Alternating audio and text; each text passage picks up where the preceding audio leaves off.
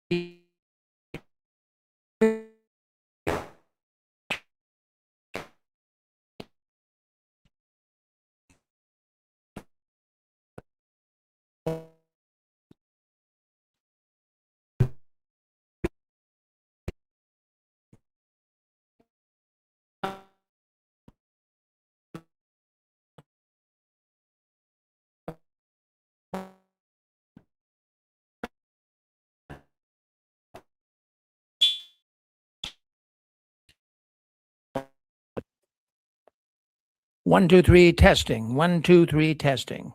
1, 2, 3. All right. I'm going to reset right now. Someone mentioned I'm going to reset, okay? Let's start anew. Boy, always something you're going to be dealing with here. I'll tell you what, I mean, that's what happens here. Okay, that's what does happen.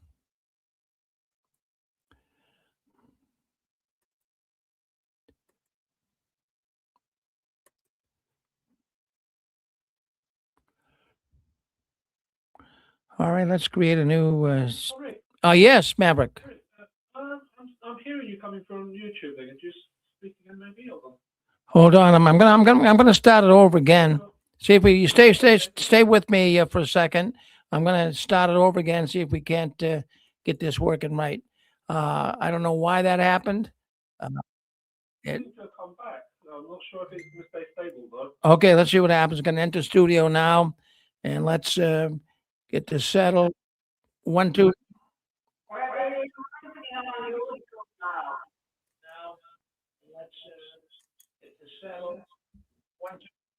One, two, three. 1, 2, 3. Oh, 1, 2, 3. 1, 2, 3. Can you hear me now, Maverick? 1, 2, 3. 1, 2, 3. Can anyone hear me out there? I don't want to miss anything. Can you hear me?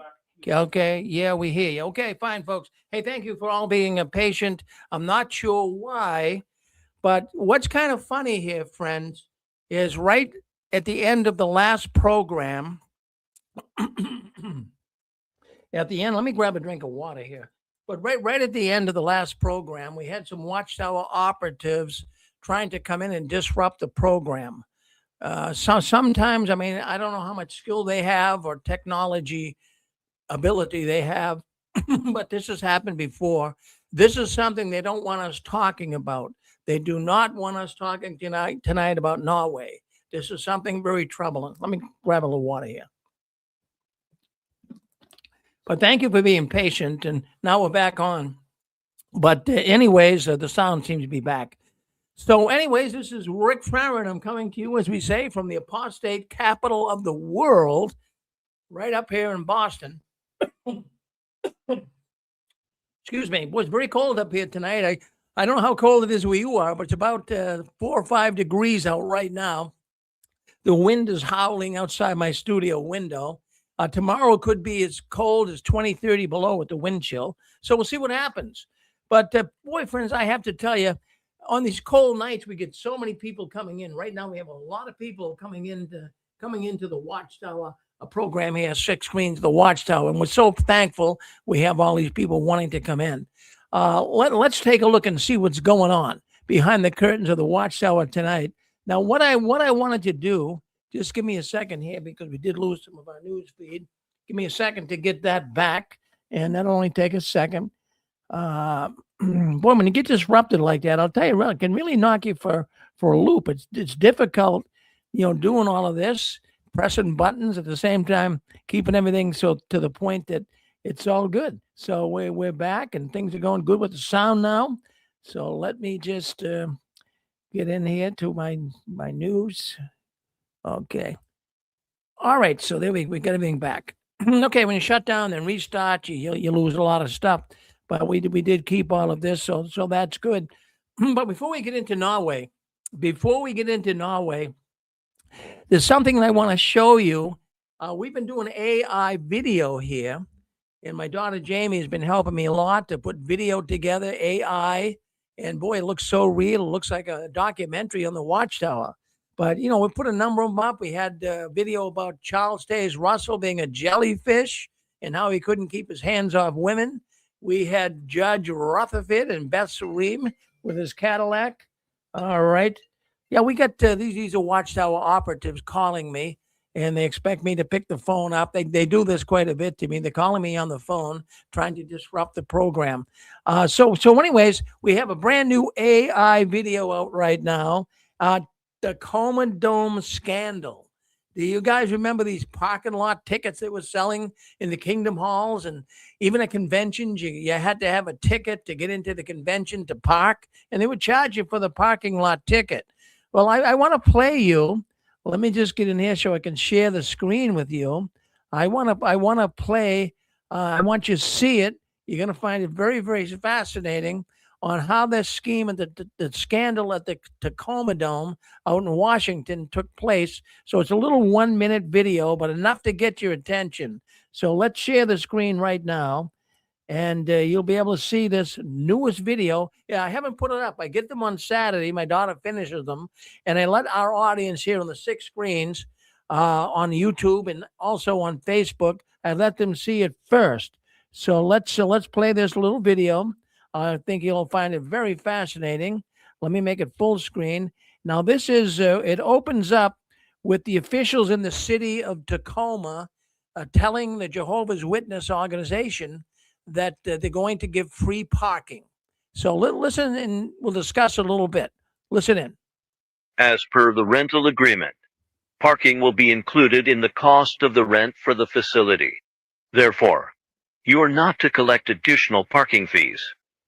Brothers and sisters, with our annual district convention approaching at the Tacoma Dome, you will be required to display a parking permit which can be purchased on a contribution basis after our meeting tonight.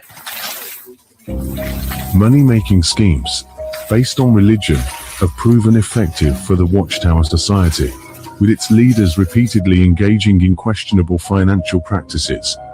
One such example is known as the Tacoma Dome parking lot scandal.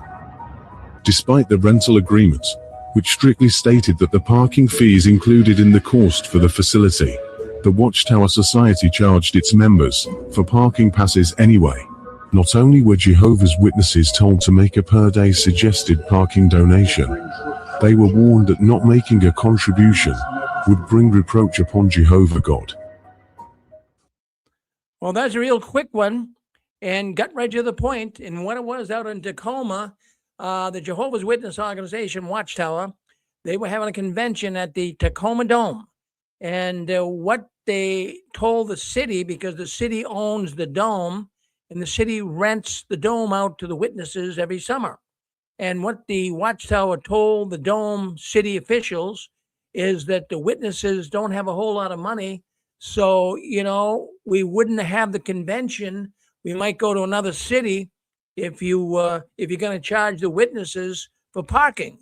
So the city officials, in the very beginning of that video, they came out and they said, no, we won't charge you for the parking. We'll let you have the parking free. So what the Watchtower did is they turn around and start selling parking tickets on a contribution basis. So, people would at least give, $10, maybe $100 to park there. So that's how the Watchtower, they make a lot of money, folks. And it's very scandalous. So we wanted to show some of these scandals in the Watchtower.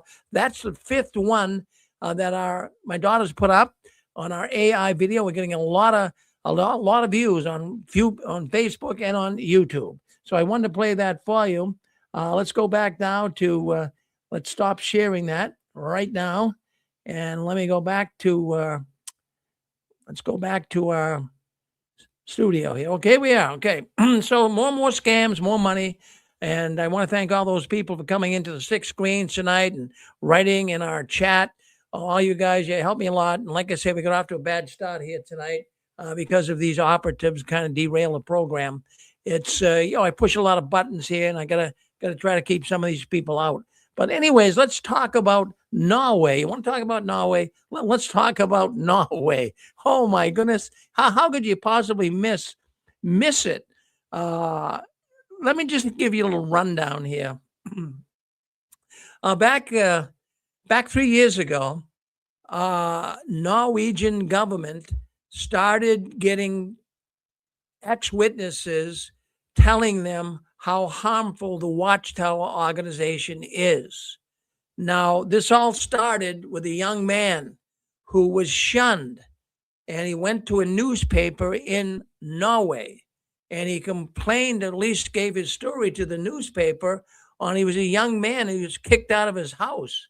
His parents, because they were strong Jehovah's Witnesses, wouldn't let him live there, so they kicked him out on the street. So we had the courage and the fortitude to go to a large Norwegian newspaper, and they reached a lot of people with their publication. And so at that point, a lot of people started finding out about what goes on in the Jehovah's Witness religion, with young people actually being kicked out of their houses because their parents were witnesses, and he didn't want to be a witness. So the Norwegian government got wind of this, and they actually wanted to investigate the Jehovah's Witness religion, which they did. And they had a number of former Jehovah's Witnesses, ex-Jehovah's Witnesses, call them what you want, but they came forward and they testified and told their story of how evil and how terrible the Watchtower is when it comes to shunning. So the Norwegian government had a listening ear, and they really were concerned about this. So what they did is they took funding away from the Jehovah's Witnesses, and that funding, Norway was giving the Jehovah's Witnesses $1.25 million a year, and they've been doing it for 20 years. So they also deregistered the Jehovah's Witness religion in Norway. Now that sounds a lot worse than it is. By deregistering a religion in Norway, at least, it was tantamount to they couldn't perform a marriage. So you could not have an elder Jehovah's Witness person marry you. They were barred from marrying, but the Watchtower could get around that somehow, some way. But what Watchtower was really concerned about is losing $1.25 million a year. I mean, it's not a lot of money to the Watchtower, but still, it's a sizable amount. And so the Watchtower was actually deregistered, and the Watchtower actually was going to have their funds pulled. But what happened is the Watchtower appealed it, and they went to a higher court in Norway, and they got it appealed. So now the court will listen again to the Jehovah's Witnesses. And so this went on, but this has been going on for 3 years, friends. This goes back 3 years ago that this all started. So now what we have here in February, I believe it was the 5th, 6th, and 7th. I'm not sure the dates, but I think it ends Monday. But now the Watchtower is having their day in court once again to the highest court in Norway, the highest Supreme Court. And this is going to come up with a decision. Should the Watchtower receive funding? Should the Watchtower be deregistered? So, of course, the officials of the Watchtower and the Watchtower lawyers are there to argue and put up a defense in the last couple of days. I do believe it's ending Monday. But there's some troubling things that are going on here. Some troubling things. In Norway, it's all over the newspapers. Everybody in Norway is learning about the Jehovah's Witnesses. Everyone's learning how evil they are, how much destruction they cause in a family by shunning. Now, if you go back a few years ago, there's an attorney for the state. There's an attorney. Her name is Inger Gabrielson. And she argued to the court that the appeal was wrong when it decided in March last year. So, in other words, not everybody's on the same page. Some officials in Norway, in the government of Norway, are saying that the state does not have the right to deny Jehovah's Witnesses state subsidies and registrations as a religious community. So the country of Norway, they're referring to it here in the article as a state, but they're referring, or at least suggesting that, there's two camps.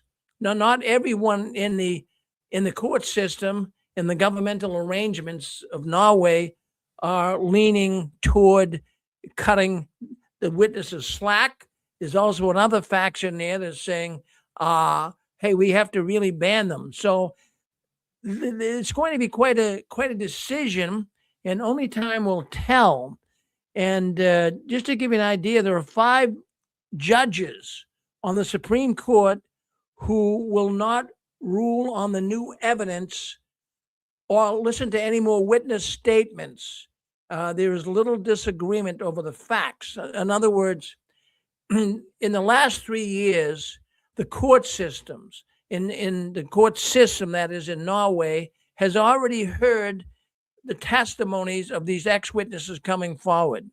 So that they're not going to listen to any more of that. They've already heard it. As a matter of fact, they also had videos that a video in particular, that infamous video going back to 2016, the Watchtower produced on the young girl being shunned. It was on jw.org. Remember, they played it at the convention. And it was a young girl being shunned for immorality. And she was kicked out on the street. At the time, I believe it was 17 to 18. And she was kicked out on the street in the video.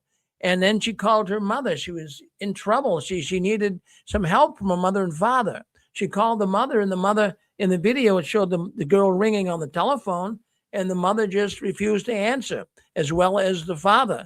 Now, wasn't it something? The Watchtower took that video down.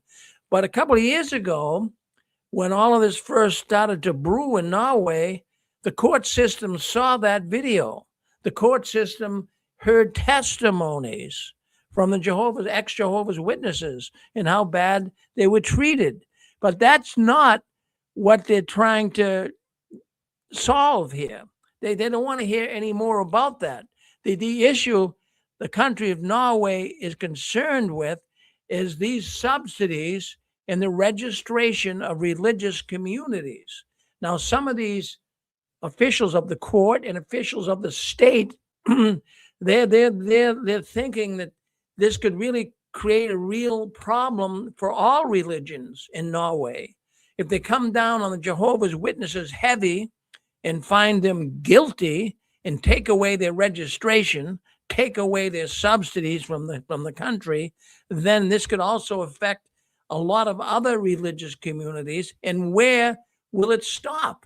So, friends, this is not a shoo-in for ex-Jehovah's Witnesses here. It's very possible it could rule in favor of the Watchtower. Well, we hope that doesn't happen. But if you folks have been watching any of this or seeing any of the videos of what's going on over there, it's just the greatest show on earth. I mean, lying all over the place. There's a lawyer for the Watchtower, Rysdell. Now, he is not one of Jehovah's Witnesses. He is just a scandalous, lying lawyer. And he claims, Rydell, the Watchtower lawyer, he claims that Jehovah's Witnesses never use the word shunning. Now, we all know they do, right? I mean, I'm going to show you that. Well, I'll read it to you at least. I mean, what about the Watchtower 1988, the April 15th Watchtower edition? Yeah, I'm reading it verbatim right out of the Watchtower. We do not automatically disfellowship someone who commits a serious sin. The paragraph starts off like that. It says, if, however, a baptized witness makes a practice of breaking the Bible's moral code and does not repent, he or she will be shunned. It's right there in the 1988 Watchtower.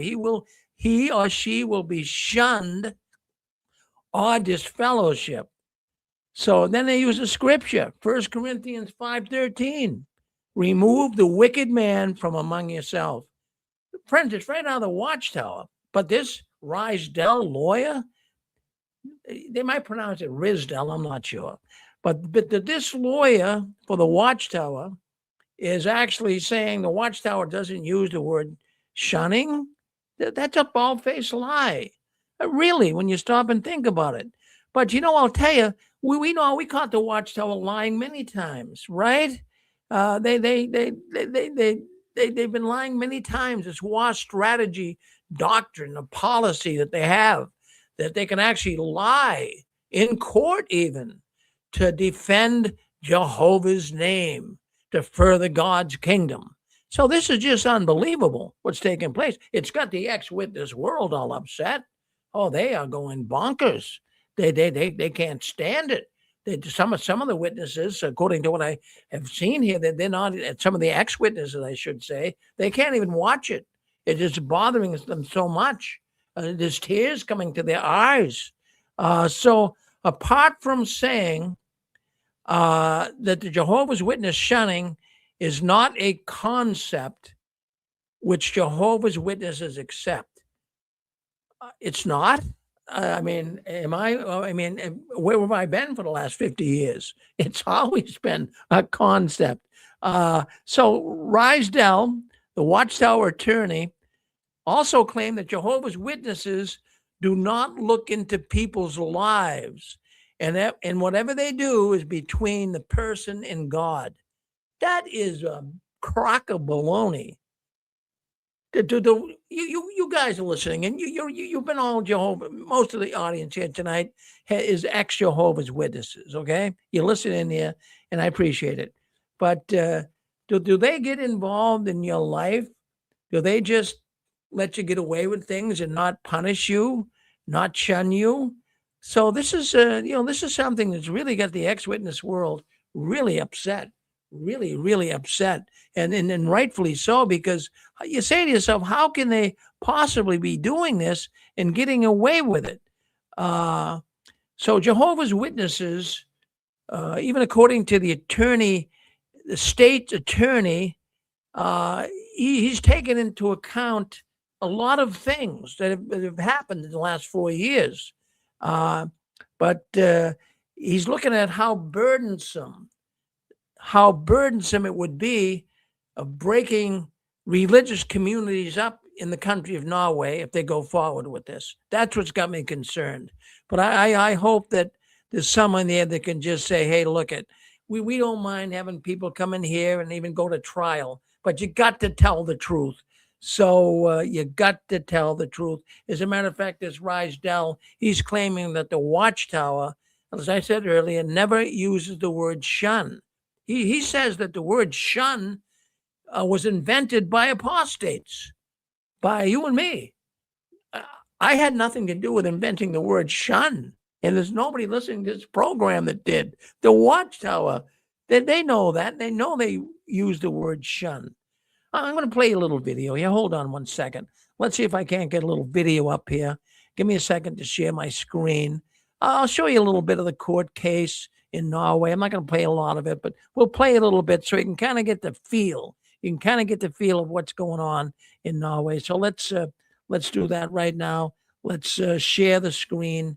Let's do that right now. Share the screen, and let's go to right here, and let's share the screen right now. Okay, let's do that. Let's play the screen. There have been different terms, and I will comment on them now. Shunning is not a term that Jehovah's Witnesses accept. It is a term that those who are against Jehovah's Witnesses use frequently. Shunning. To shun has a Norwegian translation in Sky. The state says they choose to use it, but shunning and that is as a verb, then to shun. But shunning as a noun does not have a good Norwegian translation. It is not called skying. We don't have that expression, but in English it can be called shunning then as a term. So far that is fine enough. But Jehovah's Witnesses do not accept this term. It is derogatory. I mean, it is disparaging about them and is not accepted by them. Others use it. What Jehovah's Witnesses, there have been different terms, and I will comment on them now. Shunning is not a term that Jehovah's Witnesses accept. It is a... Well, there you go. Stop sharing that right now. Is that disgusting or what? I mean, is that a bald-faced lie? That's that Rysdell attorney. He's saying that's a bald-faced lie. Now he's even convoluting the whole discussion that is kind of a Norwegian term. That's not a Norwegian term. That's an English term, and it's exactly what the Jehovah's Witnesses do. It really is appalling. It really shows you that the Watchtower will stoop to any level. I mean, even lying to the highest degree here in a court of law to get away with something that they're not deserving to get away with. So it's very disturbing, very disturbing. But let's go back. Let's talk a little more about what's going on in Norway. I know a lot of you guys got some thoughts about this, and we'll be able to have you come in and talk about it here in just a short while. But there was a video, and in fact, let me just put a picture up here. I want you to see this picture here. This was a very infamous Jehovah's Witness video. We talked a little bit about it earlier. Let me get it up here so you can see it. You remember when you see it. So there it is right there. I hope you can see it. If your screen is big enough, it's on TV, you probably can. But what that's showing there is a young girl who was disfellowshipped and shunned.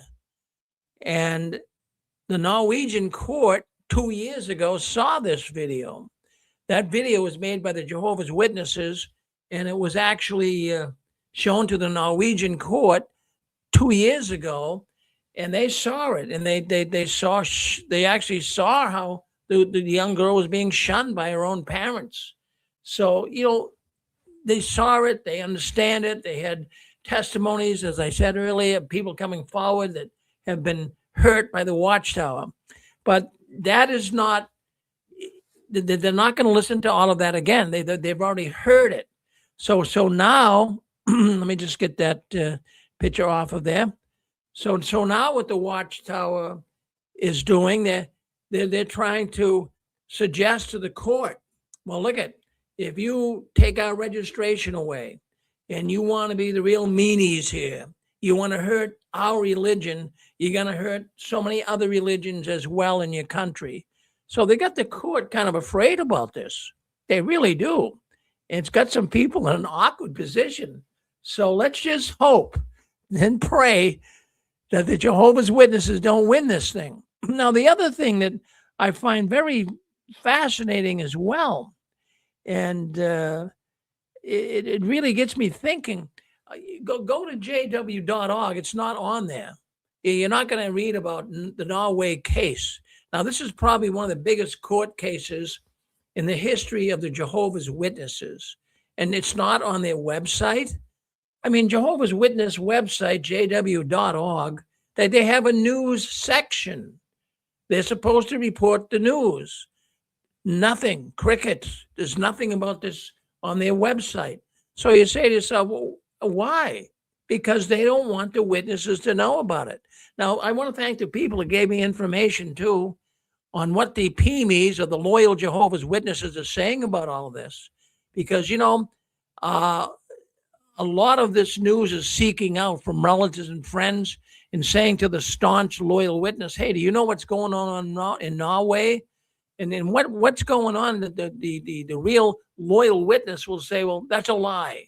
That's all made up by apostates. That's a lie. And then they say, well, if it's not on jw.org on their website, then the apostates are making it up. Can you imagine that? I mean, how foolish is that?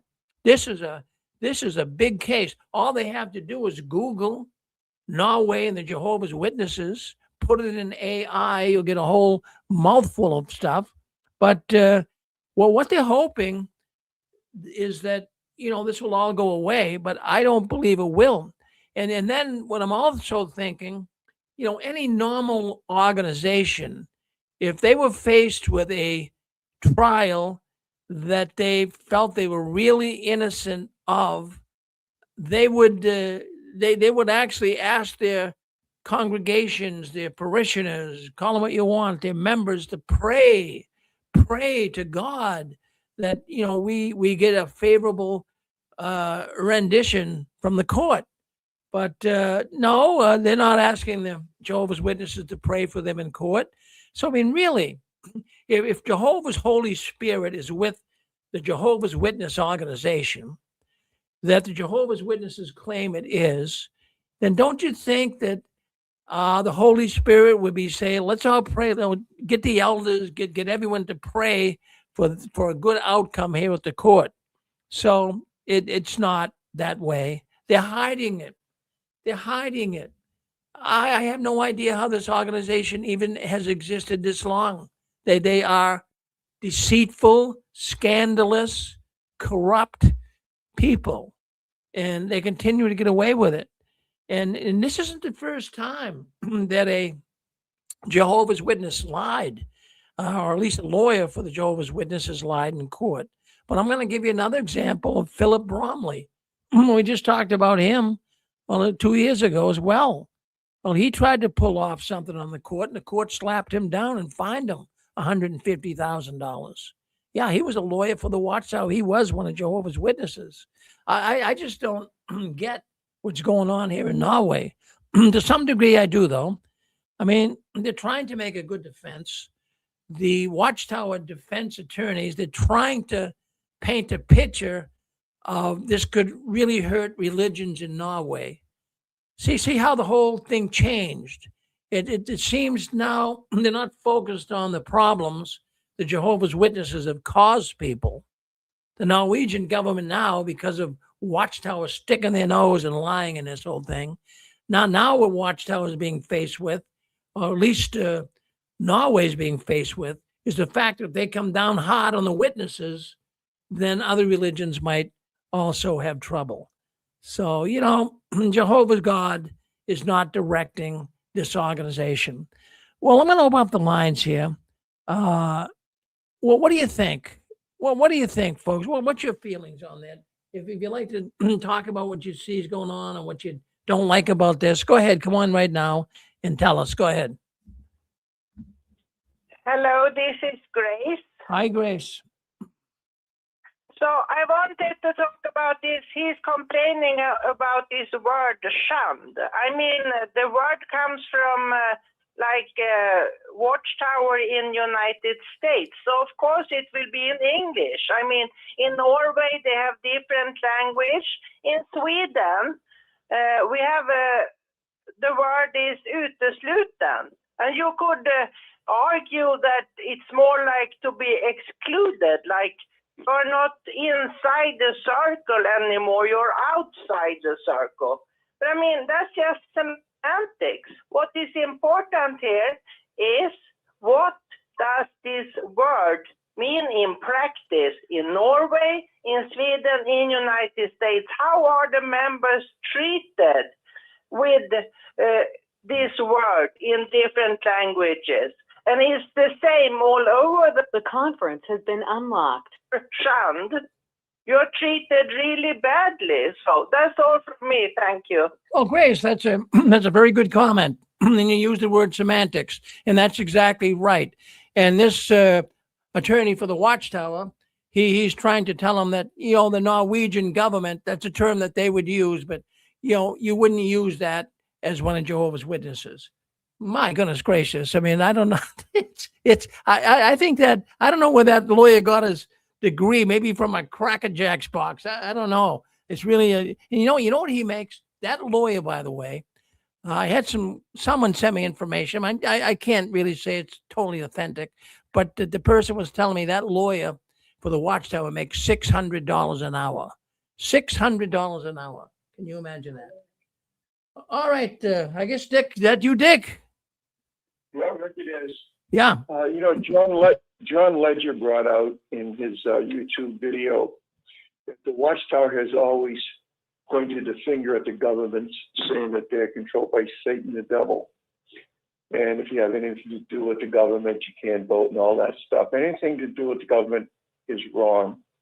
Now, Jehovah's Witnesses are going to the government and they're wanting Satan's money for themselves. I just thought it was a pretty good point that he brought out. Thank you. Yeah, well, that is a good point, Dick. How many times have they, we talked about the United Nations, how they condemned it over 4,000 times, how even the governments, they always looked at as being, being somewhat evil and coming down on the witnesses and persecuting them. But here they are now, they got their hands out and they're so afraid they're going to lose the money. Well, good point, Dick. Very, very good point. So, we got to, go ahead. You with us? Go ahead. It's Maverick here. I'll tell you where you got the qualifications from. The School of Scoundrels and the gaslighting school. Because they what I noticed with with this court case is that Watchtower treats the court like it's a Watchtower Judicial Committee where they can control the narrative, they can control the speech. As Grace rightly said, they're using semantics, right? But they don't realize that this is a professional court. It's not going to be interested in trying to let them play games with them with using language. So this guy who's trying to use all the same tactics that they use on witnesses as we were there in the publications, it's not going to work in court. So I've got a strong feeling. I think we mentioned in the last show that they might win, Watchtower might win. I really think that they're not going to get anywhere with this one. I think they really are trying to use the same kind of tactics that they use with the brothers and sisters, the rank and file, but because that's a captive audience, they can get away with saying a lot of things and then shoving all the information out away and expecting the witnesses to show loyalty, but they can't do that in the court. So I think that I'm so interested in how it's going to pan out. But like the gaslighting and the trying to change the language, it's not gonna work. They're playing all these games, but they're not in the judicial committee in the back room of the Kingdom Hall. They're in the proper professional court with people scrutinizing everything they have on document and every video and everything that they've had. So I'm looking forward to them having to. I like seeing them wriggle, because when Watchtower's wriggling around, right, tells you that they're liars, as we were saying, they're liars, and I call them liars, Tony tight pants on fire. You're lying, Watchtower, and you're gonna get your comeuppances. Oh. That's Rick. Well, here's the thing. I was reading a Norwegian newspaper today, and that's what really got me really disturbed when I read the newspaper, because the newspaper was saying that the court is evidently up in the air over this. Yeah, that frightened me. They didn't use those exact words, but they said, this is not about, it's not about whether the witnesses are shunning or not. But they basically said that in the newspaper. It's about if they take the religious registration away from the Jehovah's Witnesses and they don't give them the charity money that the witnesses have been getting, then this could be ripple effect through other religions and cause a real upheaval in the religious movements in Norway. So they're really, using the thought that, okay, so they shun. So you're going to play semantics with it. And you're not even caring if you lie. Well, it's not about that anymore. The appeal here is based on the fact that this could hurt other religious groups in Norway. That's the disturbing thing. But let's just hope that they do get their just due. And, I was wondering today, are the active, loyal Jehovah's Witnesses, are they hearing about this? No, it's not on jw.org, like I said earlier. So, maybe it's coming up, maybe randomly from other people that might be talking to them. Hey, did you hear what's going on in Norway with your witnesses? And their standard answer is going to say, well, that's all apostate lies. And then even if they do look at it as being, well, this is happening, and I realize this is truthful, that our organization is being put under the microscope in Norway. And then some people will just say, well, I don't care. If Norway says that we can't shun, I'm going to shun people anyways. And I'm not, and it's my choice whether I want to associate with people or not. I mean, that's the attitude that many witnesses will take. So, you know what, Rick? Yeah. You know what, Rick? This is Donald here. What if? Okay, let's just pretend they won the case. Okay, say Watchtower wins this. What if the populace of Norway says, "Look, we don't want you funding an organization that violates human rights"? I mean, what if they say, "Well, if you're going to fund them, then maybe we need to stop paying taxes"? This could be a big thing. I mean, if people decide, hey, we're not going to pay our taxes if you're going to fund a religion that shuns. So, what's your thought on that? I don't know. See, the Jehovah's Witness. I guess what I'm thinking is this could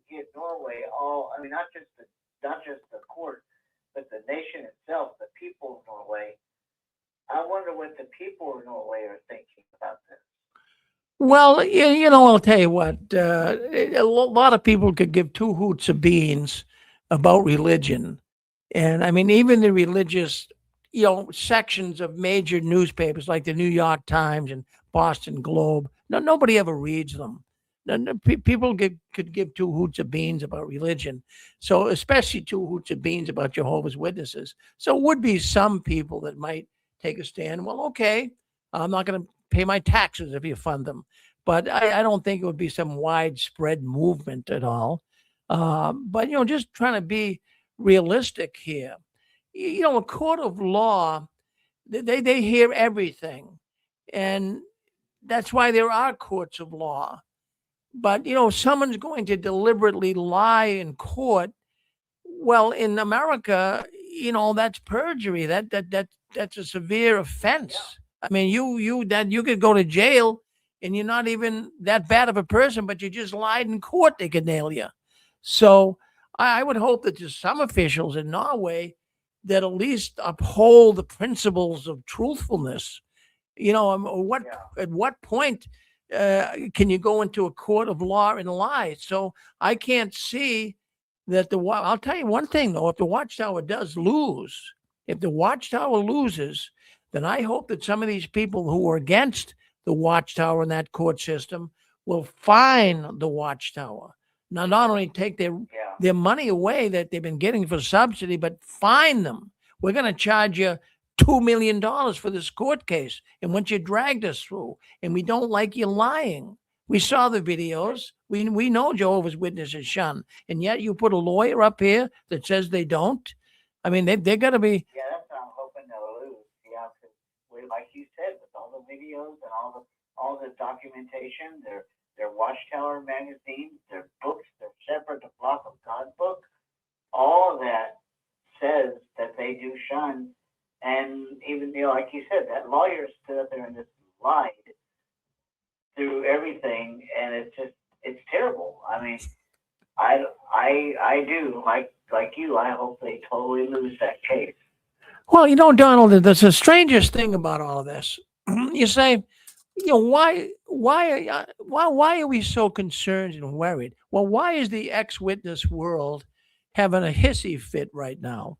And rightfully so. We came out of an organization that lied to us, they deceived us, filled with scandals. And I mean, does the world want an organization like this to continue going forward? Does the world need this? These guys are hurting people. So, I'm just hoping that some semblance of orderliness can take place. Sure you can. Yep. This is very disconcerting to Watchtower because hundreds of lawsuits can come out of this. If they rule against them, then you've got plaintiffs out of the ass coming forward. This is ruled as bad for people. And so they have to win this do or die. I do want to tell you, I probably told you this story. I'll be brief. My brother, who's a witness, ex-witness for like 34 years now, he had a daughter and the witness parents who, unfortunately, me and my wife had reactivated 75ers.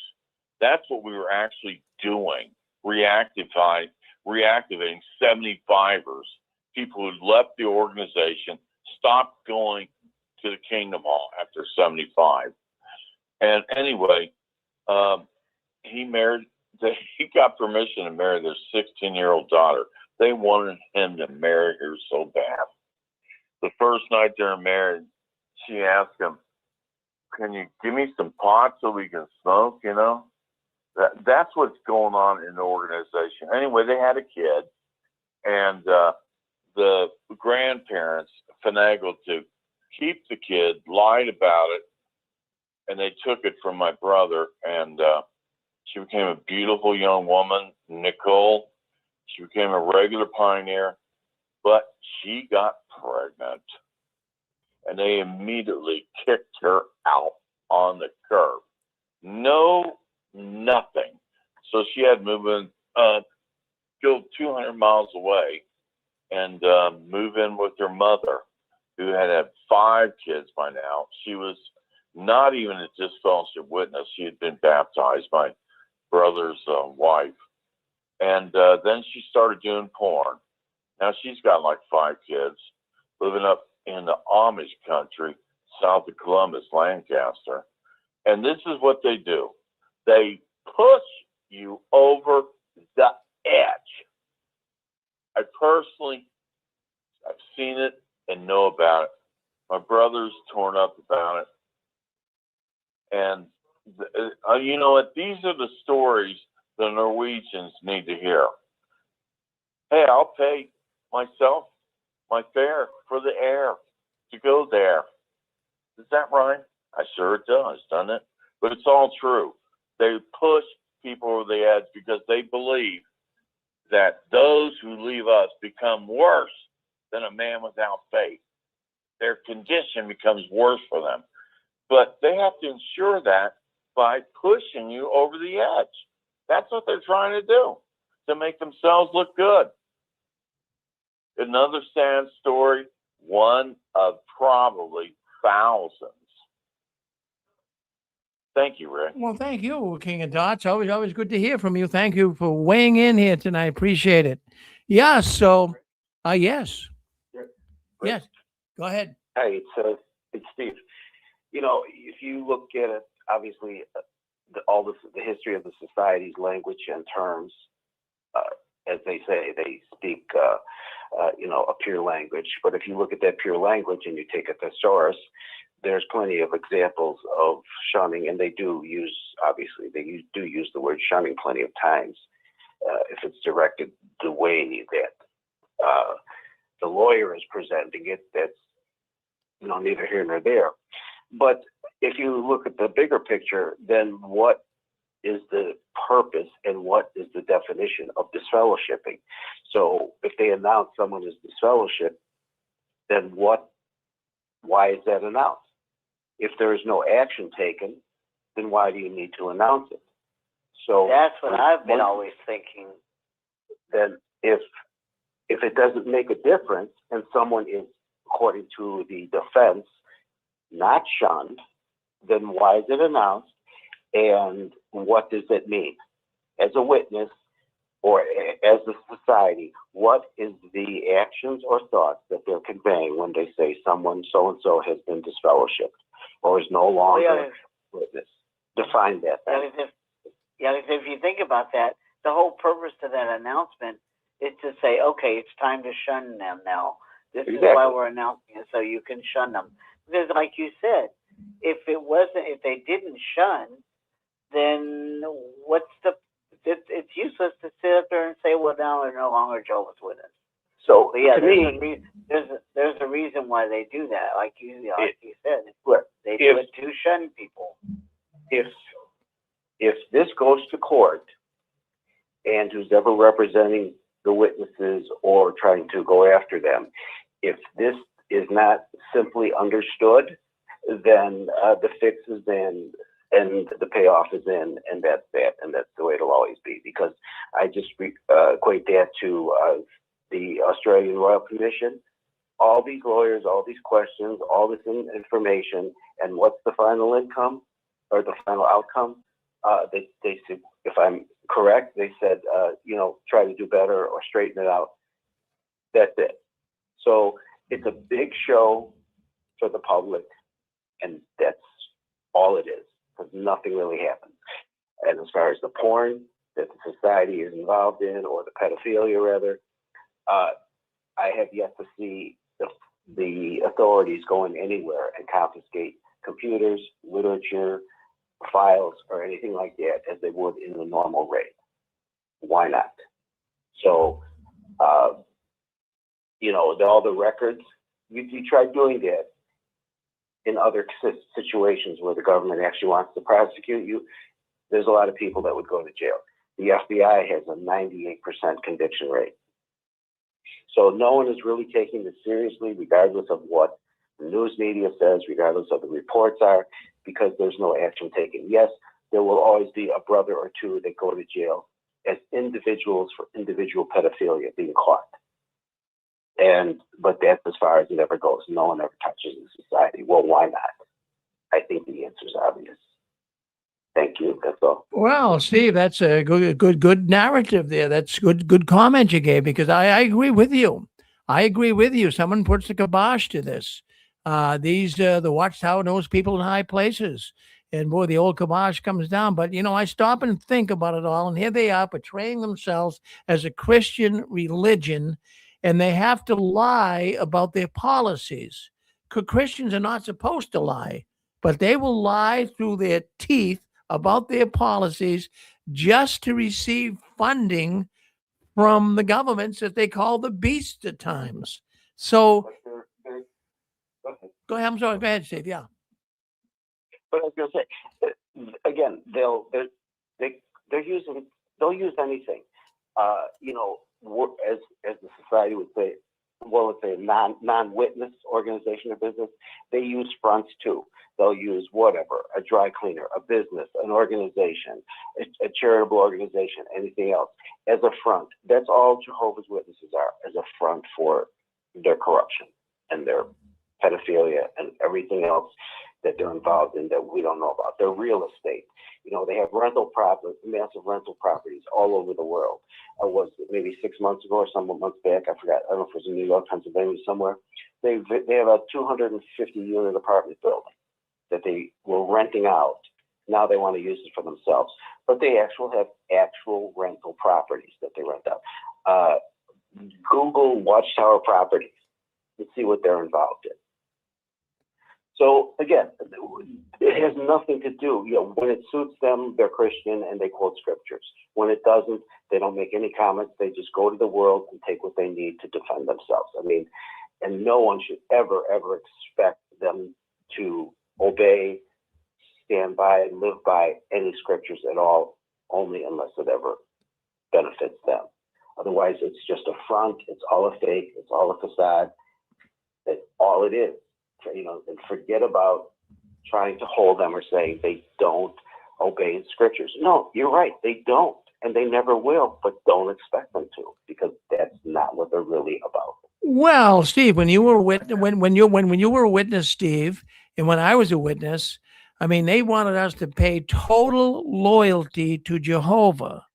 Now we see an organization that has exchanged their loyalty to Jehovah in exchange for riches. It exposes them for who they are, frauds, that they can easily be bought, But they always could be.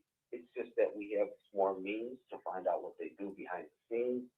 And not only that, they're running a cult. That's what you tell your cult members. It's, what they tell us, what they do behind the scenes are at opposite ends of the spectrum. So you have to tell, well, this is what we as Jehovah's Witnesses do. But that's mind control, mind programming your cult members. You got it. Again, that's all it is. They're going to get out there. There's a preacher on the platform coming down from the society. They teach us this as assemblies, at our own kingdom halls, and all over in the literature. And they go behind the scenes and they're left going about their merry way. So Steve, you don't think that they're going to win in Norway? You think they're going to win or they're going to lose? What do you think? I think the society will win. I think the Watchtower will win. What will happen? Well, here's what will happen. It's part of the theatrics. They might initially lose, and then they'll appeal it, and then they'll appeal it, and they'll work out a deal. And in the very end, you saw a big drama, a long played out show, theatrics, and in the end, they win. Yeah. No, I'm leaning in that direction. I hate to. It's bothering me, but I'm leaning in that direction because some of the things you said here tonight make sense, a lot of sense. And if you understand the mind control and the politics of the system, of the society, of everything, and how it's played out, all this drama, it's just publicity. It's for the public. And then what does the society get to do? Then they get to run back with all their mind control, and they tell everyone, we pray to Jehovah. Jehovah is obviously on our side. He answered our prayers. Jehovah is our God. He blessed us. And bad news is good for business. Watchtower business. Well, you got it. Good thoughts. Really. In fact, thank you. We had a lot of color to the program tonight. Thank you, Steve. Appreciate it. Steve, our good friend out in Chicago, calling in. All right, let's go with Susan. Susan, what did you want to say? Well, I wanted to mention something that Steve mentioned, in that the Watchtower is a business, and the business is in the business of making money. Because why would any you own a business, Rick, and you're in the business of you have a sign shop and you make signs in order to earn money.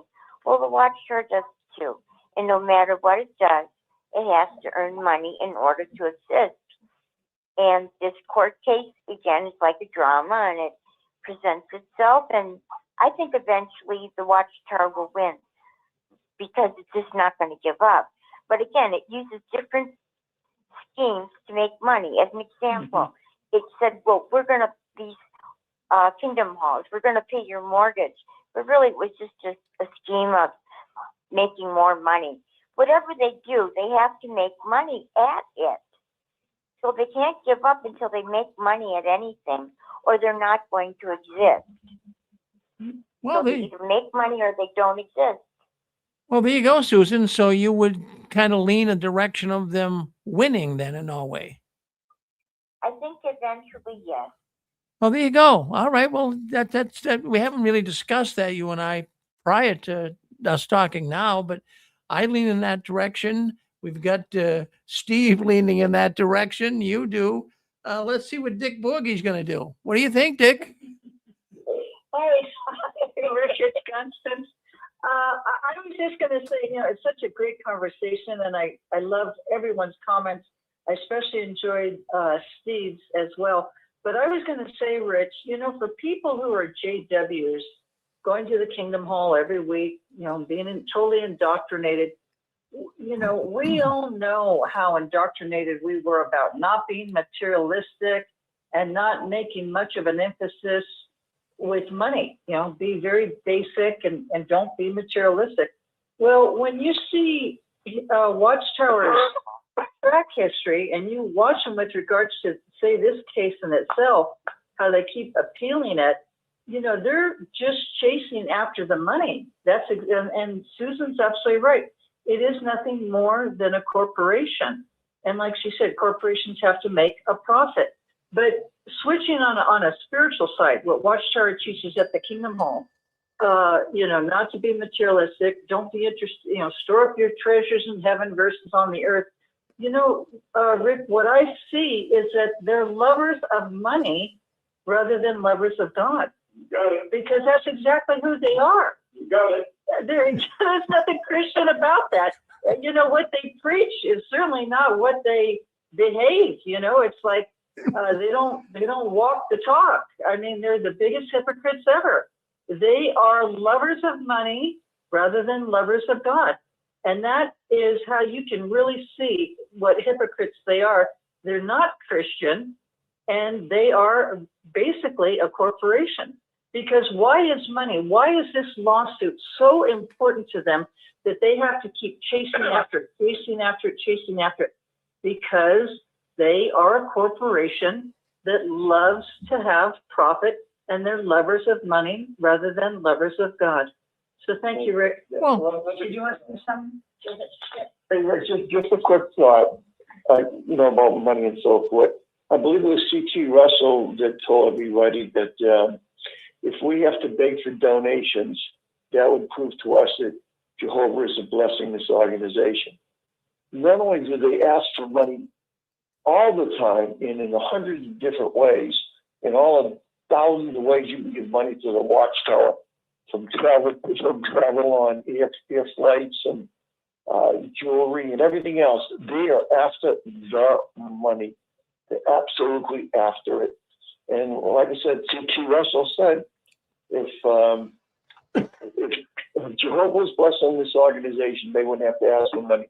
Not only do they ask for money all the time, they sue the governments, which the Watchtower says is controlled by Satan and the devil. So they're suing the devil to get money for an organization that Jehovah won't bless. Doesn't make any sense. Oh, in my opinion, they lose the case. I'm with you. Okay, there they go. Yeah, you think they're going to lose? Let's go to Donnie in England first. Donnie in England, come on back on, Donnie. Oh, hello. Hello, Donnie. Hello, Hello, Donnie. Yeah, I think that they're going to wriggle out of this court case. I think it's going to go this is the Watchtower Society's way. I'll tell you why, because since 2024, they've been changing their policies, haven't they? They've been doing JW videos saying that, it's a matter of conscience now who you decide you mustn't associate with. So they're basically, I think in this court case, they're going to be like saying, well, individual Jehovah's Witnesses in a congregation, they decide that somebody isn't a good company, it's up to them. So I think that they're just going to put it all on the Jehovah's Witnesses, the individual members, blame Jehovah's Witnesses, just like they did, like 1975 didn't happen. Well, they blamed Jehovah's Witnesses, didn't they? And they denied ever saying that it was coming. So, yeah, I think they're going to wriggle out of this court case and actually win, I'm afraid. Well, thank you, Donnie, for your thoughts on that. So we got 5 people now five people thinking the Watchtower is going to win. Boy, it's so, kind of reminds you of the Super Bowl coming up tomorrow. And, maybe some people for the Patriots, some people for the Seahawks. But let's just suppose that it's like a tie score. You got 1 minute left in the game. And then the Seahawks, they pull a play off that really was not right. It was not a good play. The flag should have been on the field, and they won the game. Kind of like in a way they shouldn't have won. This is exactly how we're feeling about Norway. They really shouldn't. The witnesses should not win this game. This would be so unfair. But boy, if it goes in that direction, there's going to be a lot of upset ex-Jehovah's Witnesses. So is mine. I think Hold on, Donald. Donald, hold on. We got another man coming on here first who wants to speak up. Go ahead, Mountain Man Dave. Go ahead, Mountain Man. Okay. No, they're not going to win overseas. I'm going to make sure of that. I'm going over there my damn self. So you're flying over there, David? So I'm going over there, and I'm going to make sure that those lawyers have the right necessary shit in their pocket. Because I'm not going to play no more damn games with the Watchtower. You've had it. Since I started 5 years ago doing all this other research that I do, I made a lot of money. A lot of money. I risked my life for this money. And I don't care how much it is anymore. I'm worth a lot of money now. And I don't care. I want Watchtower to fall on their face. Every time that I turn around, I look at what they have. And I make sure that other people know about it. And I'm not going to stop now. Well, good for you. That's what we like to hear. That's what we like to hear, Yeah. David. No, these guys are now they gave you a stroke, right? Well, yeah, they give me a stroke. Yeah. But let me tell you one thing. That stroke made me 5 times stronger. And that much more disliking what they do in mind control. In the mind control, they teach you in their own literature through their Aid the Bible Understanding book. In the theocratical ministry school, why is it called theocratical? It's to change your mind. That's what they did. There's a lawsuit right there for changing your mind and blaming it back on you. There's a lawsuit there. And you can prove it by all their literature. And the first thing is they're a corporation, and they say it right there in black and white. Bible Tract Society is incorporated, INC, means corporation. Why did that corporation get away with not paying taxes? In the United States of America, no, it's not going to happen anymore. They're going to start paying taxes. I'm going to make sure that happens next. Well, you make these things happen because you make these. I'm pissed off and I'm fed up and I'm tired of watching these people get beat up all the time and get destroyed. Well, no doubt. Well, no doubt they mess your life up, Dave. But I don't want you to get too riled up here tonight. I don't want you to have another stroke on us. So, but I'm not going to have another stroke. I have everything under control, and I made. And let me put it to you this way: all the investigations that are going on in the Watchtower right now, there's several investigations going on, and it's going to devastate that company. It's going to happen soon. Well, we're all waiting for it, David. We're all waiting for it. It's all happening. I know about it, but I can't speak about it. I know you can. No, you talk to you get friends in high places. You told us that before. There's a couple other people that found out all about all this stuff, and they've been talked to by me. I've sat down and talked to some high-ranking officials across this country, and a lot of them agree with me. Well, you just do your thing. If you can get over there to Norway and talk some sense into the court, I certainly would like that. You might as well try if you can do it.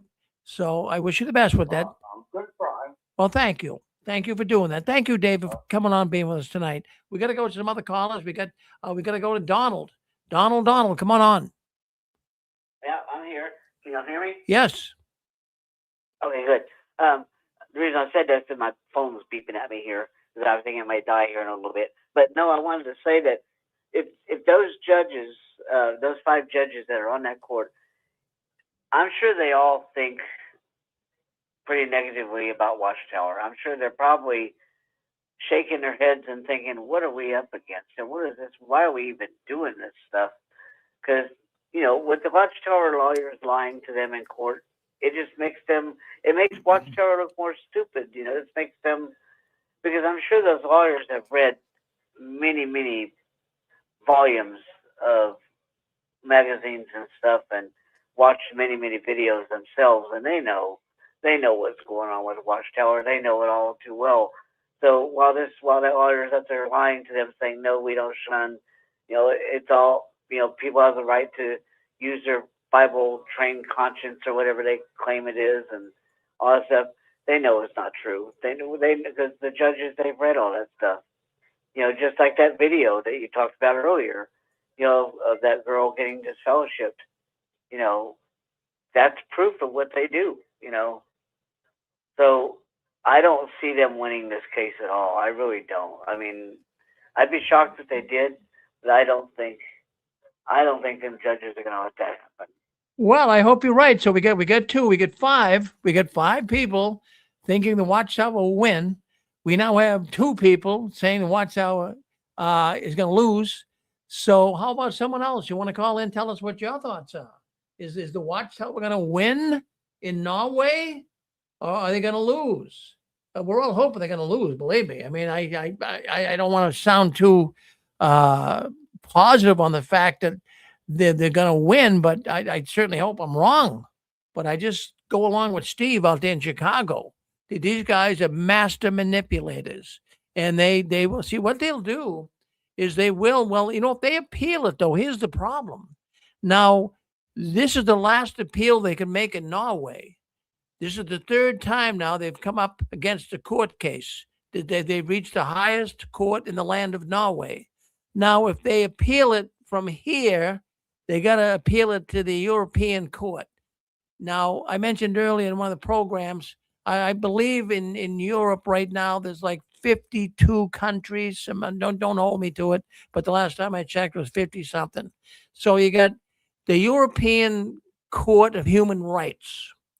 If Watchtower takes it there, and all of a sudden the Human Rights Court does realize the witnesses shun, it realizes that they hurt a lot of people, and they now could institute a policy where Watchtower loses their charity in all countries in Europe, which could mean, well, someone told me, and don't take it to the bank and cash it, but someone did mention to me it's like $110 million they could stand to That lose. would be interesting. That would be interesting. So, Grace lives in Sweden, and what she said was it was all over the papers there, and that if the Norwegian court sees the other lawyer as a liar, he could get fined. So that was interesting information that I hadn't heard anywhere else, because she's reading about the case daily in Sweden, since Norway and Sweden are right next to each other as nations. But what you mentioned about the Supreme Court of Europe, that would really be something. And that would be in every paper. That would be in all the European papers. That would affect the EU. And then people would know the real truth about the shunning. well, it could be a really bad experience for the Watchtower. And even if they won, even if they're so in cahoots with the right people and they won in this European court, the public opinion of the Watchtower, it would really, people wouldn't understand how heinous and evil they are. But it would wake a lot of people up, and it would make people aware of things that they aren't aware of, and it would be a hard one to miss. oh yes, so it's really, so Pixie, what camp are you in? Is the Watchtower going to win this case in Norway, or are they going to lose it? I don't know yet. I'm going to wait and see, because, like Grace said, the judge could fine the Watchtower's lawyer for lying. That was interesting to me. But the Watchtower could win the case, depending. That lawyer's going to have to change his tactics, though, because the judge's side was not liking that he was trying to bring doctrine into it. They said, we don't want to know about doctrine. We want to know about the actions. What do you do to your members? Do they have a right to exit? Can they leave? How free are they? That's it. It's really different the way the Norwegian court is approaching this. So this is fascinating to me. In fact, This is Grace. I wanted to come with some encouragement. Let's not forget what happened in Sweden. They only got money for 4 years from the Swedish state. And then the law can be good, but sometimes, I'm not a lawyer, but sometimes in order to the law work, you have to have regulations, an injunction, a dictation that dictates, that instruct you exactly this is how the law is going to be used in practice. And I don't know how perfect this law is yet, but Norway still has the chance to make more of the law and make more regulations, and then they can try the case again before they go to any European court. So it's not lost, even if they lose. It will be maybe like in Sweden. They have put in some regulations, and then they win the next time. Thank you. Well, Grace, don't leave yet. I want to ask you, do you think they're going to win? Do you think the Watchtower is going to win or going to lose? What do you think, Grace? Well, I'm not a lawyer. Like I Well, yeah, but you have to have... Here is what I'm saying. If they don't win now, they are going to have to make some adjustments to the law, and then they will win the next time around, because they won't give up. Right. So It will I'm be like in Sweden. They will eventually they will lose it. If not now, maybe in a couple of years when they make the law work. all right, Grace, but I'm going to go with you saying that the Watchtower is going to win. I'm going to go with that. Okay, so we get 6 in the win column. I didn't believe that they're going to win. I said that if they win now, they're going to lose eventually. All right, but I'm not asking you about eventually. I'm saying right now they're going to win in Norway or not. Well, I can't say that because I'm not a lawyer. Well, you don't have to be a lawyer, but they'll say, okay, we'll let you be neutral on it. If you're on the chat board here, you're writing in on chat. But You know, Grace is so brilliant to be able to discuss the law in English. I could not discuss the law in Swedish. I know that. you don't know. In fact, she's a smart woman, and we're glad to have Grace with us. We really, really are. We have an international audience. We have people listening from all over the world, and we thank Grace for being part of the Six Screens community here. She's helped us a lot. I'm hoping just my own personal thing. If they lose, I'm hoping that it gets picked up by that big international court. To me, that would be the most interesting thing. It would be interesting, and I'm going to tell you, if I was an official of the Watchtower, I would have to really, if they appeal this, if they do lose and they do appeal it, I don't know whether it'd be worth putting your neck out that far. Man, I'm telling you, the money that could be lost. I would think they should just put their tail behind. If they lose, they should just put their tail behind their legs and walk away and forget about it. Because boy, it could just bring. But they won't because people in the world of law, lawyers, that's like the Olympics of law. The lawyers would like dream of defending clients in those big super duper courts. Well, it's fascinating, and only time will tell. But I want to encourage everybody to enjoy this Winter Olympics. The skating and skiing has been so exciting, and we always watch the Olympics in my home, but I know that a lot of witnesses were discouraged from looking at sports. We've got Olympics and Super Bowl this weekend, and to really enjoy those Olympics. Well, in fact, you're right with that, Pixie. You never, the Jehovah's Witnesses. It's just a shame what they have gotten away with. But we were victims. You were a victim, Pixie. I was. People listening into the program here. We all fell for their tactics, and we missed out on so much. Even the Olympic Games. I'm sure they would tie that into some type of a pagan Greek practice or something that did find something wrong with it. And that's even the other subject that I wanted to bring up here tonight. Maybe we talked enough about Norway, but there's another thought that I wanted to bring up. And I got thinking of this. You cannot have self-esteem in being one of Jehovah's Witnesses. And what got me thinking of this subject is the self-esteem that the governing body has and these lying lawyers have of the Watchtower. They really have built themselves up. For you to be able to go into court and tell the judge and the officials of the court a bald-faced lie, I would say you have to be patting yourself on the back. Oh, I'm a good boy. I'm going to pull this off. So, but you could never have self-esteem. But the officials of the Watchtower, these crummy lawyers, they all have self-esteem.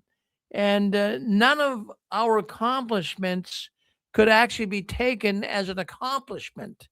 And, all the thanks was given to Jehovah, right? All the thanks was given to Jehovah.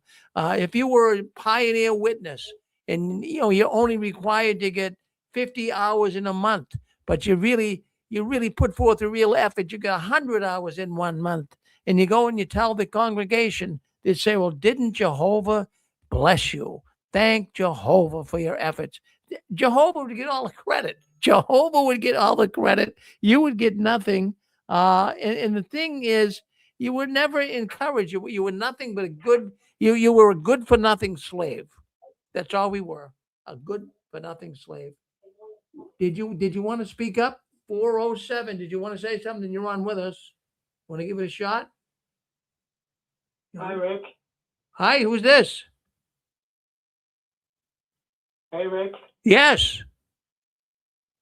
This is Orlando, first time caller. Well, thank you, Orlando. Always good to hear a first-time caller. Thank you very much. Calling you from the warm state of Florida.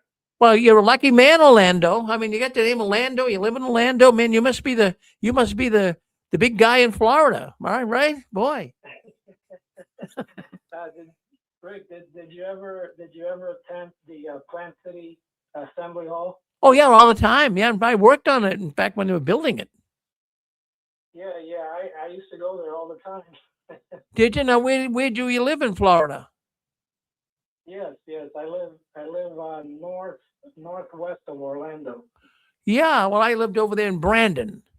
Yeah, over by Tampa. Yeah. Yeah, speaking about the court case, I feel that probably the Watchtower is probably going to lose, and the reason I say that is because now they're dealing with the Supreme Court, and from the start, the lawyer began telling lies, as you mentioned earlier. They were lying, and the judge was able to pick that out, especially from that video that they have the video dealing with the girl that was shunned because she was disfellowshipped.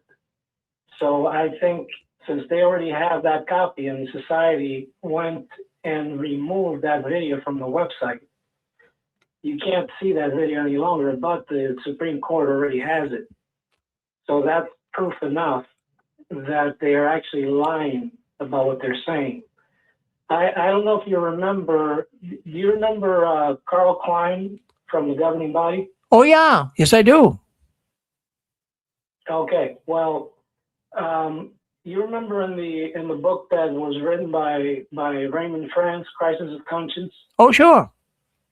He mentioned there that one time Carl Klein said that the witnesses, the society, was sucking the tits of Babylon the Great.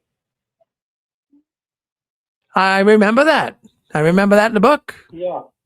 And the reason was because they were saying that the society at the time was using a lot of materials that were being put out by the Catholic Church, by the Protestants, by different religious organizations. In fact, they were even using the King James Bible. They were selling the King James Bible, and that was put out by Babylon the Great. So I think now, from what I'm seeing now, they're actually sucking the tits of the wild beast.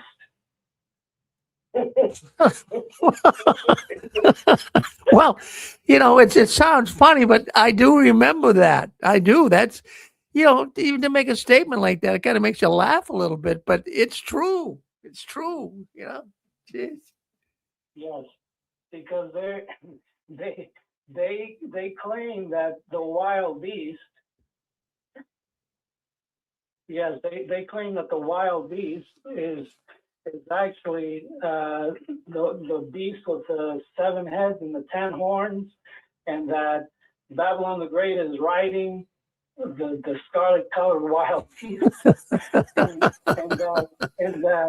and that also Babylon the Great is in bed with the wild beast. But the Watchtower is doing the same thing by going after the millions of dollars that they can get from the wild beast. Jeez. So, what's the difference? Well, Orlando, that's why the Watchtower is the greatest show on earth. I mean, I don't know how they pull this stuff off, but they do it.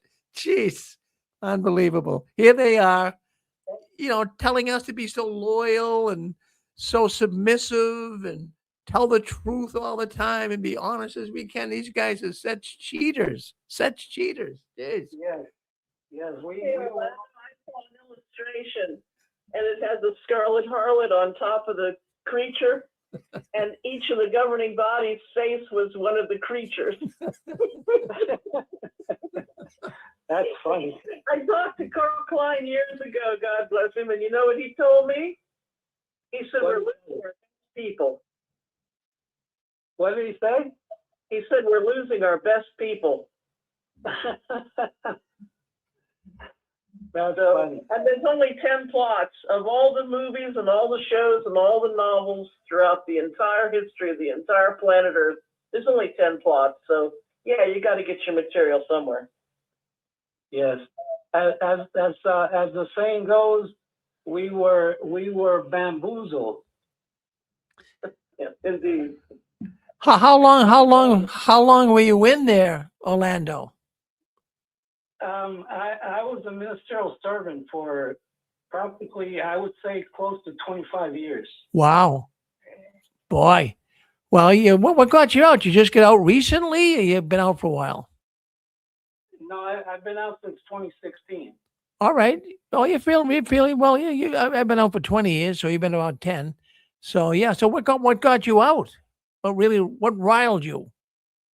Well, you know how you read the Watchtower and you read the Bible and you see all the many things that they wrote in the past about, different doctrines, different teachings, especially the teachings about the generation, the teachings about the swarm of locusts that was supposed to be all the anointed ones, and then they changed that and said that it wasn't the anointed, that's the a coalition of nations.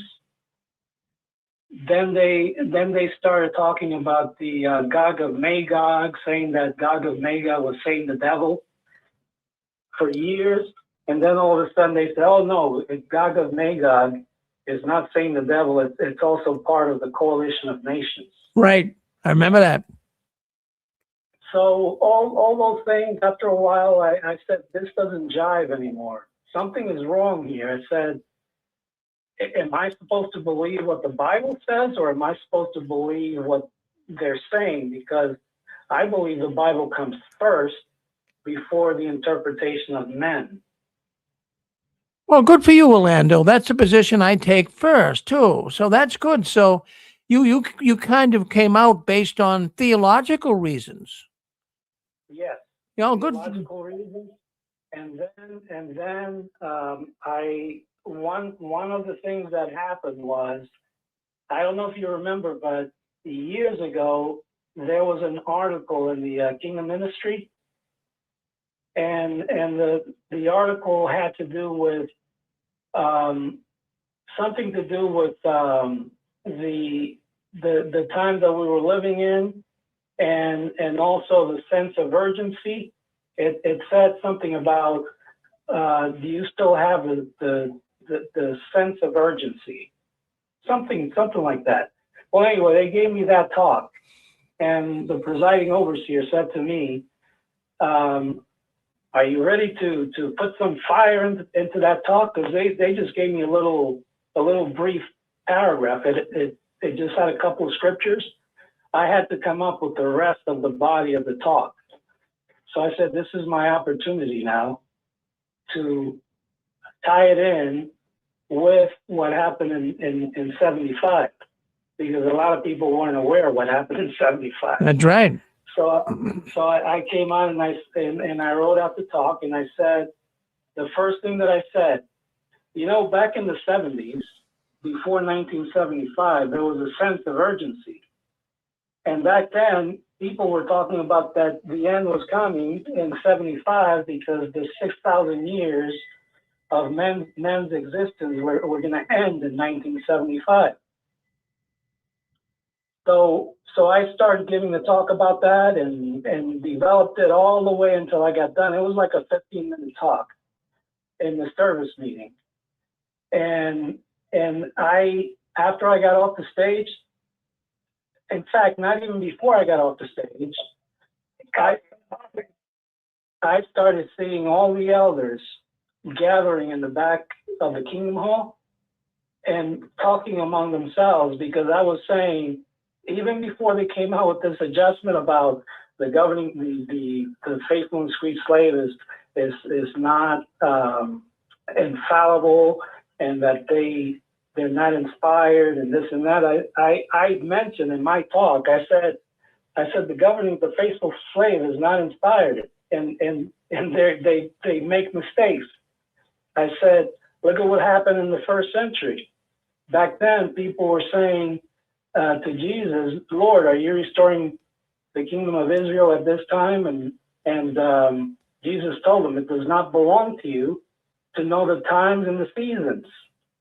So I said in the talk, I said, look, if Jesus told that to his disciples back then, which were the 12 apostles and all those that followed him, then why would we think that the faithful and discreet slave today has all the answers, and that they are inspired and that they're not infallible? Because I was saying that kind of stuff, like I said, a lot of the elders are gathering in the back. Oh, sure, they would be. Yeah. So after that, I got off the stage, and before you knew it, right after the meeting, I was called into the back by the presiding overseer. And the first thing that comes out is, because I mentioned also in the talk, I mentioned that we were not going to be counting how many partakers were going to take, partake of the emblems, because it's not being published in the yearbook any longer. And then one of the first things that the presiding overseer said to me, he took another elder with him in the back, and he said, where'd you get that information from? And I said, I got it from the publications. I said, the society printed all this information, so I went and got my information from there. So that's mainly what the whole thing was about. So they took me in the back and questioned me, but they never said anything about me, being reproved or disfellowshipped or anything like that. All they did was leave the curtains open in the back room so that everybody could see that they were talking to me, and that was it. Isn't that something? Well, I'll tell you what, I'm proud of you, Orlando. I really, really am, because that takes a lot of guts. You knew darn well that what you were going to say was going to create some issues, but you get up there and said it anyways. Good for you. Good for you.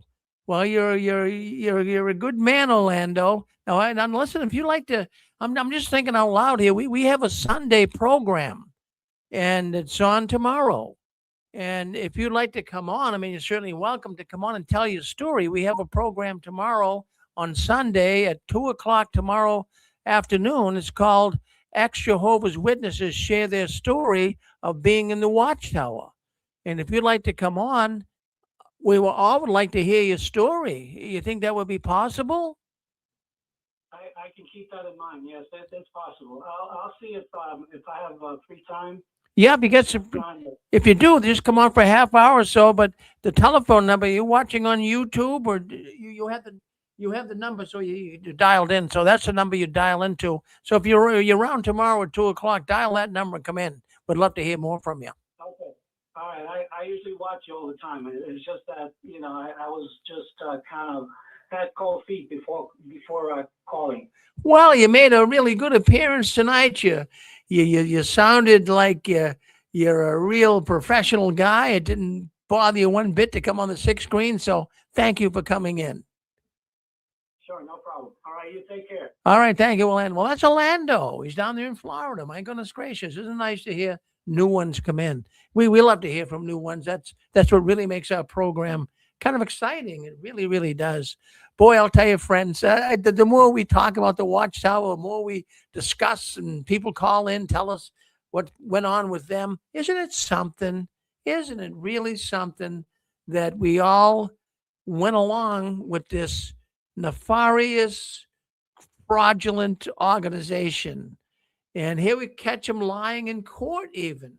This is boggling our minds. Yes, go ahead. You're on with us. Yes. Yeah. The Watchtower will win because of the other religions. So that's why they will win, because of the other religions. So, but it's kind of sad that they lie so badly in the court. So, but they will regain their money. Is this Grace? No. No. No, you always say Grace. No, You, no, well, I you, don't like to be. yeah, you have the same accent. You sound like her. Yeah, yeah, you do. But that's okay. You don't have to say who you are. But that's good. So you must be from Europe at least, right? Yes, yeah, yes. All right. Well, so you put you give them a win. You give the Watchtower a win. Wow, my goodness. Yeah, because of the other reasons, then they say the other reasons have to use theirs also. That's why. So the Norwegian don't like to open that can of worms. Oh yeah. Well, let's just sound. I hate to say it, but most people are here saying tonight that the Watchtower is going to win. So we'll see. Only time will tell. And it's really it's really hurtful, because it's so unfair. You don't mind if someone wins because justifiably so they're right, but the Watchtower is dead wrong. And if they win, it's going to really be very upsetting. They're not playing fair. Yeah. They do shun. Yeah. I wrote a letter to them that I don't like to be a Jehovah's Witness anymore. And so I like to try to phase out, but it didn't work. So I wrote a letter to them that I don't like to be a Jehovah's Witness. I don't like to be recognized as a Jehovah's Witness anymore. Of course, they announced it, and so I'm disfellowshipped. That's what I am. Yeah, and so, but now they keep in touch with me. They want me back again. They don't get me back. No. Good for you. The organization doesn't get me back. Well, good for you, sister. Well, I'm so glad you called in here tonight. I know I've heard you on here before, but thank you. Thank you for coming on and sharing some thoughts with us. We appreciate it. Yes, let's hope. We have to pray about it that he doesn't win. Yes. And it's really surprising to me that here you have the only religious organization on the planet that's Christian, according to them, and they're not even asking fellow Jehovah's Witnesses to pray for them in court. I mean, there's something wrong with that. And they say the Holy Spirit's with them. I mean, come on. How could it be? Oh, thank you, sister. That lawyer shame himself lying in the court as a lawyer. I don't know. I mean, that would bother me. Yeah, it's a shame. It's a shame. Well, sister, you made some good points. Thank you. Thank you for coming in tonight at 6. Have a good night and keep up the good work, Rick. Well, thank you. Okay, have a good night. Yeah, thank you. Bye-bye. Good. Well, let's go up to the Northern Peninsula of Michigan. I think that's our good friend. That's Ken, right? Yes. Yes. Thank you for taking my call, Mr. Farron. I've been listening with interest here. I just want to comment on this affecting other religions over there. Fact, when a religion goes and registers in another country, I don't care which country it is, it's a case-by-case basis. It has nothing to do with one religion or the other. That's for the most part, generally speaking. So that argument is negative on their part.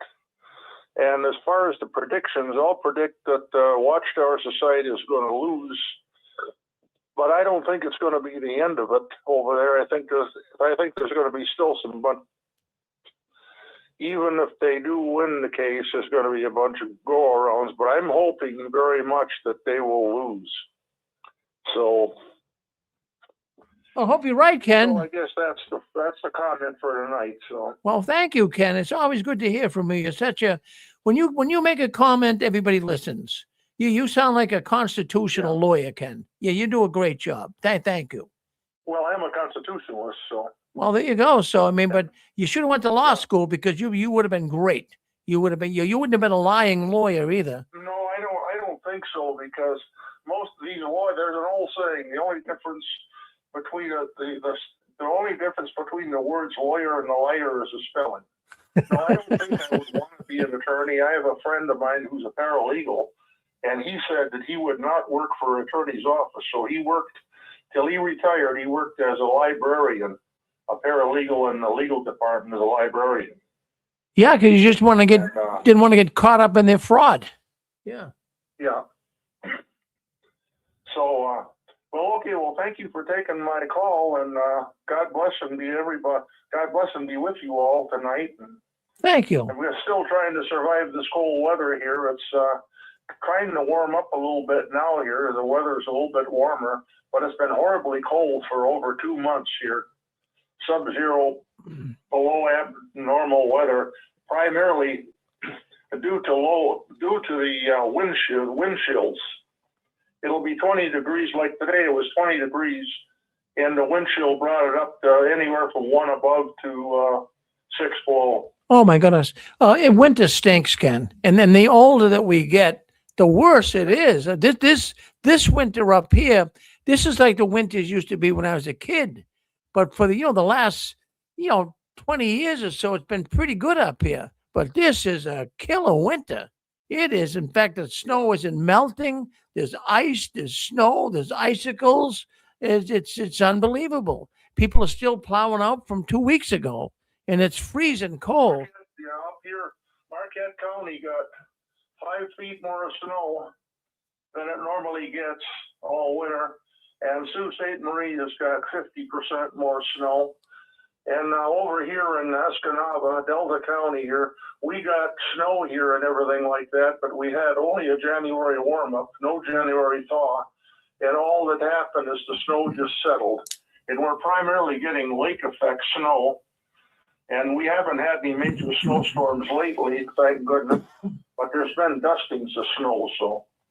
But the weather has been very abnormal compared to what it is here. Well, right now I got my cell phone here, and it's right here where I live, and it's showing here 6 degrees and windy, and it's got high wind warning. So we're down below zero with the wind. In fact, they're talking it could go as below as 25, 30 below with the wind chill.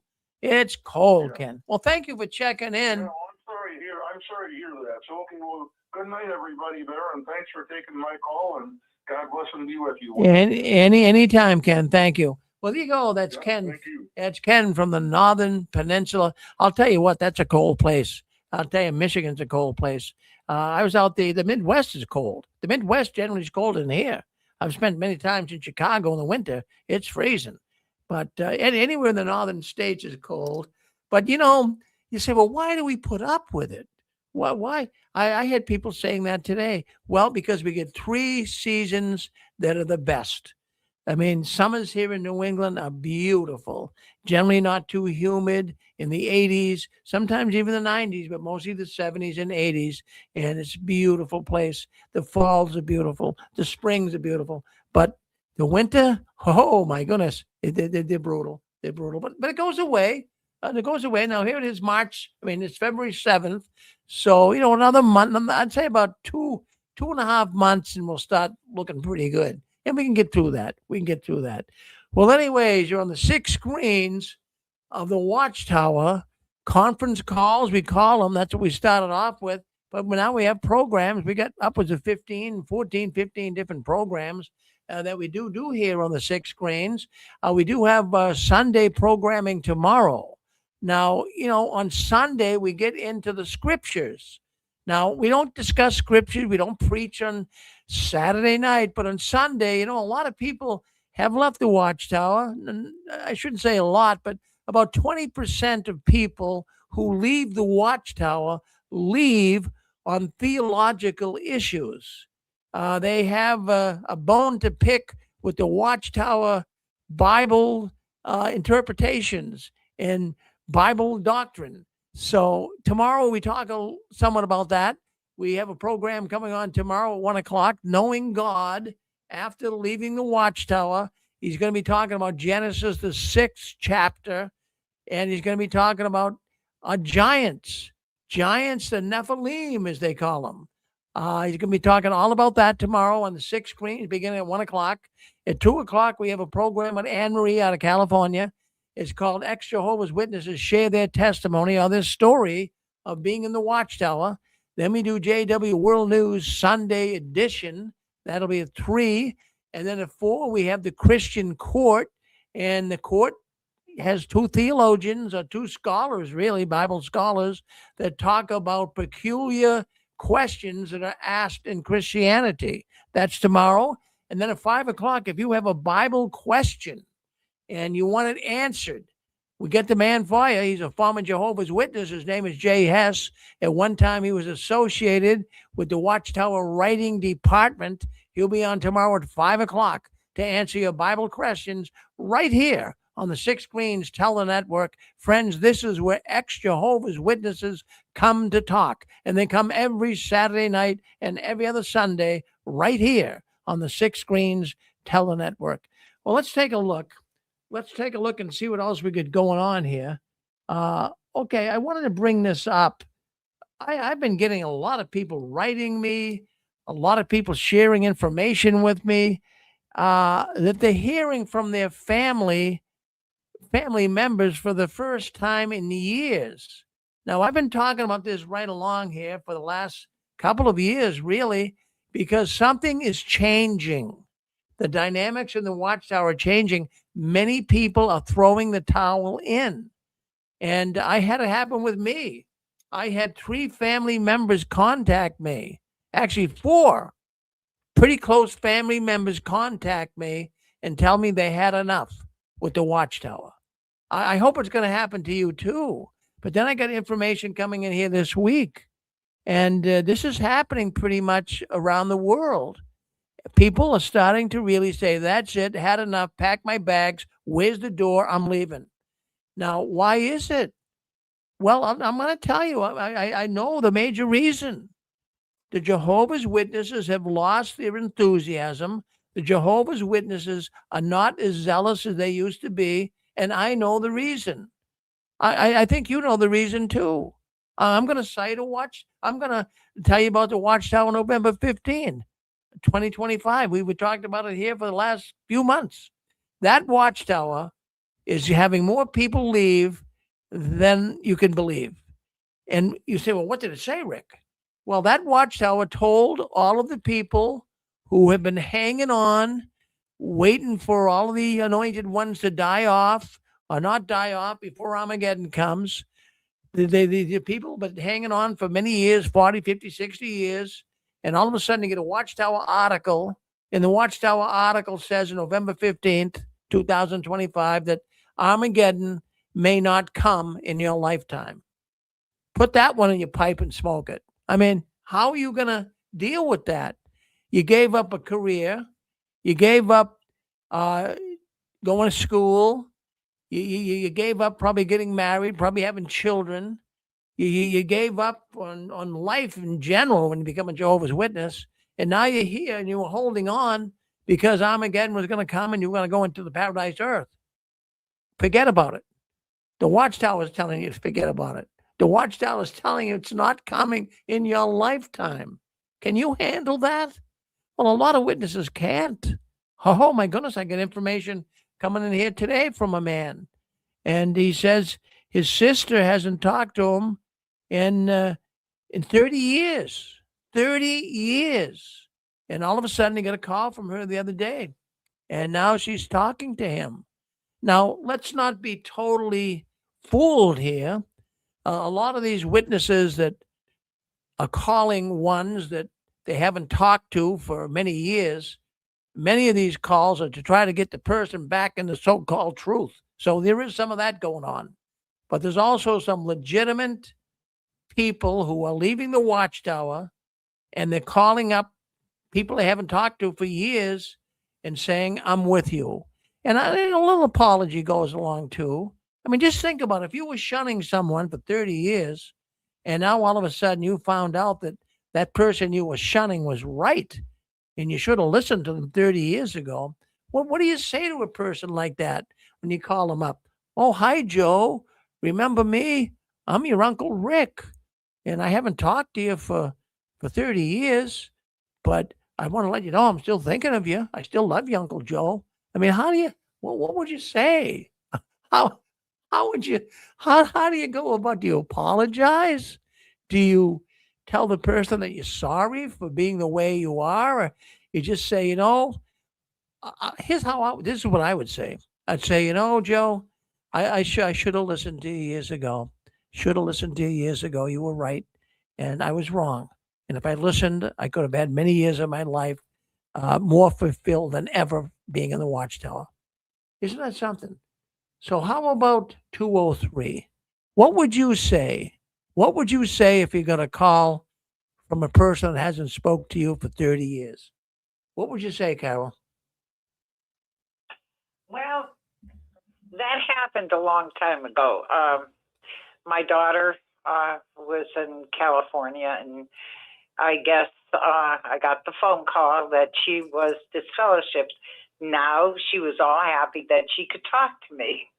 I thought that was like, okay, but then, she never did go back, and she just had a lot of problems. But anyways, as far as there's always the loyal witnesses.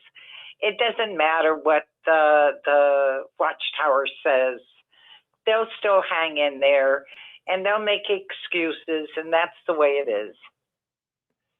Well, I wanted to ask you too, and it's always good to talk to Carol. You're a straight-laced woman. You do a good job. You come on. You're a nice lady, Carol. Now you're hearing all about Norway. Is the Watchtower going to win in Norway, Carol? I don't know. I have a feeling that they're going to lose this time. Boy, I'd like to hear it. Yeah. Yeah.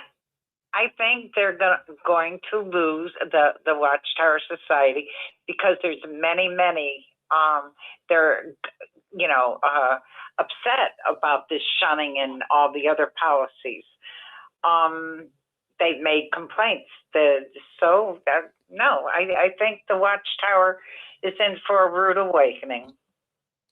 Well, there you go. So we got seven that think the Watchtower is gonna lose, and we got 5 now that think they're gonna win. Well, that's interesting. Well, thank you, Carol. So what else is going on? What else is on your mind? I just wanted to tell you that being in Connecticut now is 2 degrees, freezing. It is so cold out there. And got snow yesterday, getting tired of getting plowed out. But yeah, it's cold here, very cold. Isn't it something now? Do you remember winters years ago here in New England were like this? Cold when you were a kid? You don't remember this ever being? No? We used to, I've got 2 feet of snow plus in my yard. Yeah. And I've got a long driveway, and let me tell you, it's very cold, and tomorrow is supposed to be worse. We're supposed to go down to possibly 35 degrees below. Yeah. Now, I don't think I'm going to be putting my butt out there tomorrow. Yeah. At all. Well, I'll tell you, Carol. In fact, I've been telling Susan here, my wife, this as I drive around during the day, and you see these kids getting out of high school, and here it is, 10 degrees, 20 degrees, 15, wind blowing, and they're wearing a T-shirt.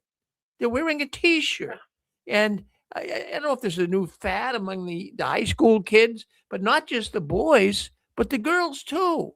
And they're walking around in a T-shirt, and they're not even shivering. No, their arms are like red as a beet, but they're not going to say a thing to anybody. But I can't believe it. I can't believe it. But I haven't. It is crazy, and I haven't. Yeah. When I was a teenager, we used to go out and have our jackets open, and do all those, walk in the middle of the road, and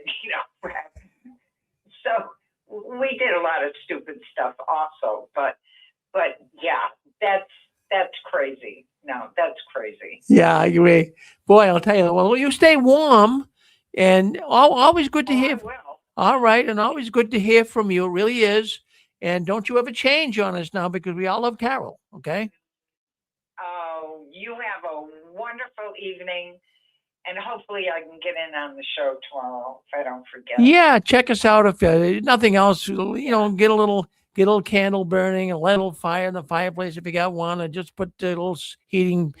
Yeah, Yeah, I have that. yeah. Well, you just stay warm My and electric blanket. well, put the electric blanket around you and come into the Six Queens tomorrow. Thank you, Carol, very much for calling me. All right. Well, Okay, you take care. I sure will. Thank you. Well, there it is, friends. I mean, we got a really good community here.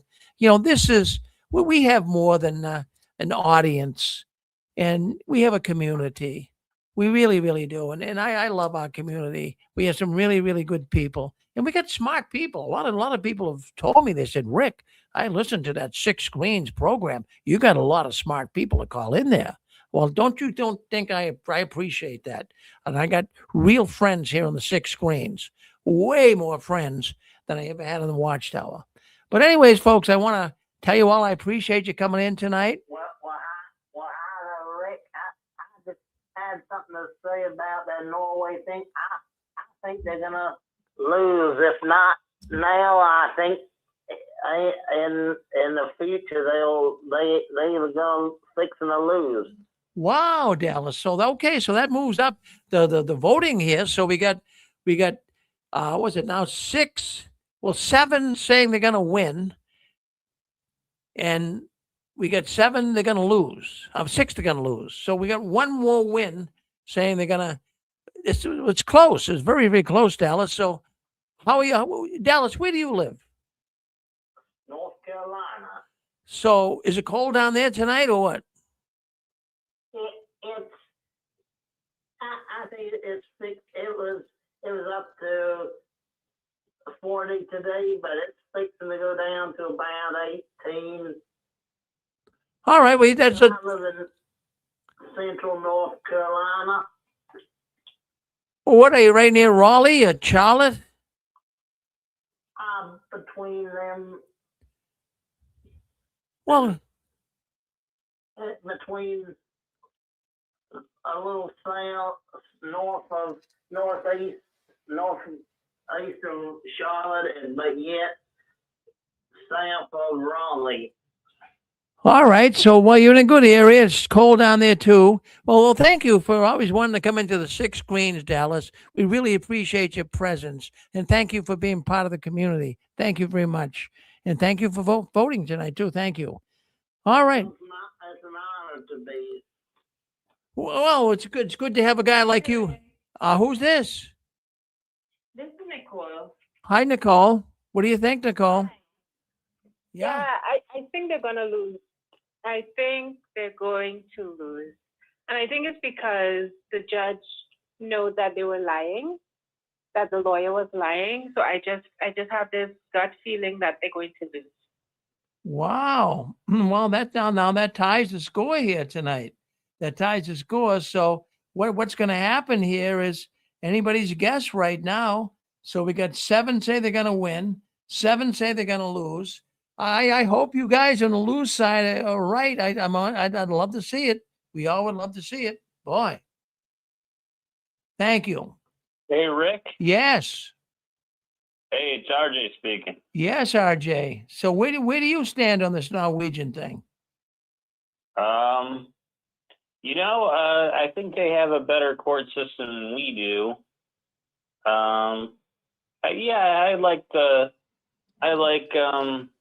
I don't like the Watchtower's chances. You think they're gonna win? I think Watchtower's gonna lose. You think so? Yeah. Oh, okay. But So I don't really know all the details.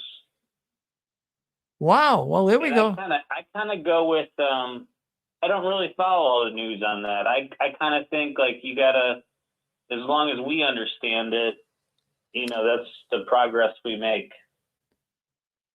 Well, I'll tell you now, that brings the thoughts to the losing side, which I like. It just makes me very happy. So we have more people. Like, have you ever heard of the 100 monkey effect?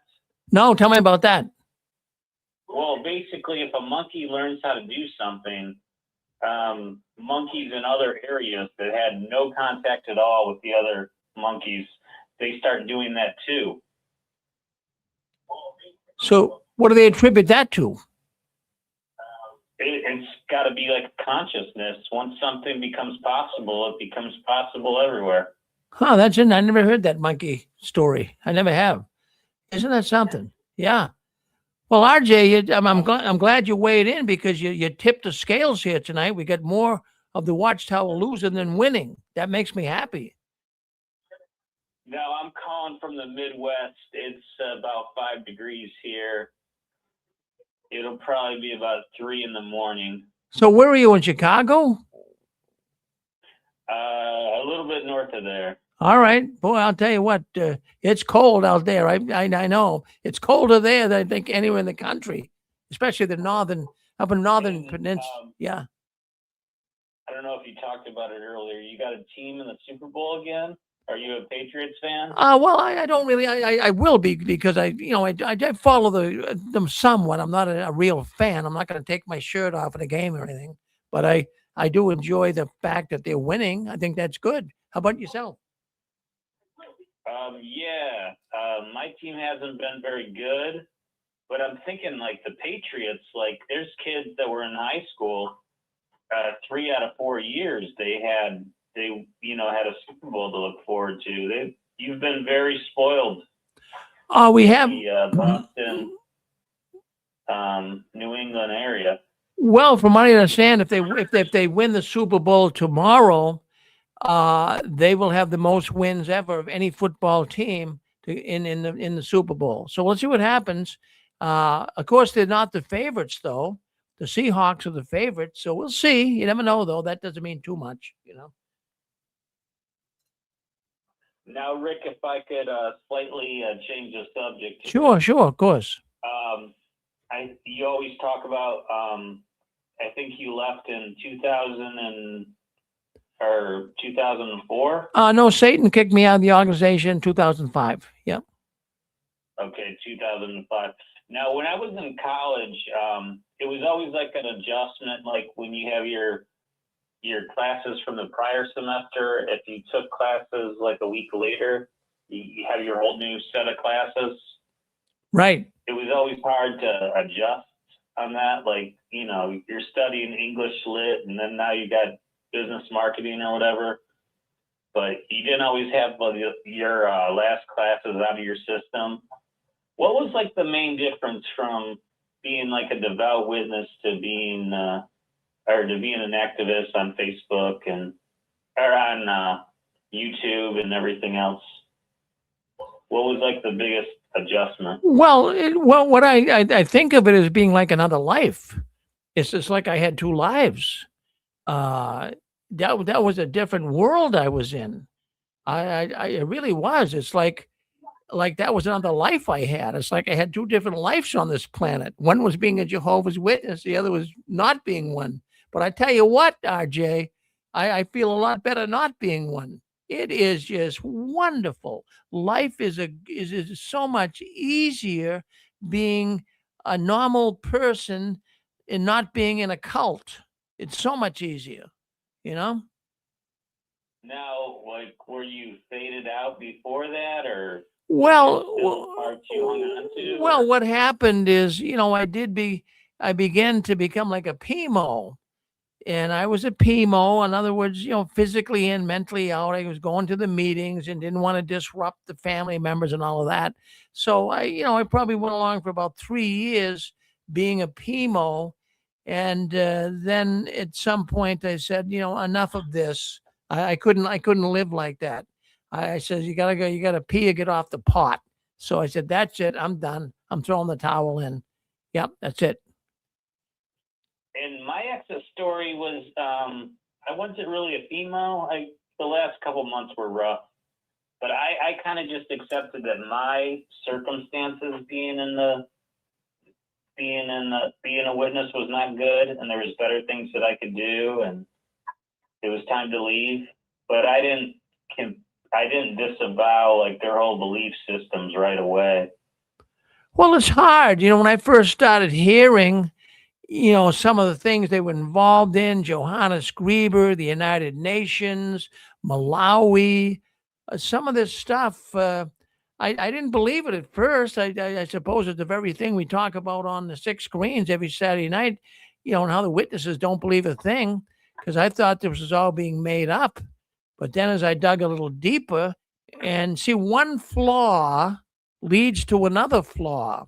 So you see one little thing that's wrong, then I started digging a little more and saw another thing that's wrong. And then it leads you to say, that's it, man. This is crazy stuff going on. So, but you got to see that first little flaw. That's what gets people moving in the right direction. Yeah, I left and I kind of just faded away and did my own thing. And then like 9 months or a year later, I watched they had the 80s documentary Witnesses of Jehovah. Right. I don't know if you ever talked to anybody that helped make the film or was part of it. I did, yeah. But, I watched that and it was done really professionally and really cool. It was kind of done in an unsolved mysteries type way. Yeah. And then, they hit all the points. They talk about Johannes Grieber and they talk about Beth Serene. Oh yeah, no, that was a wonderful film. Points.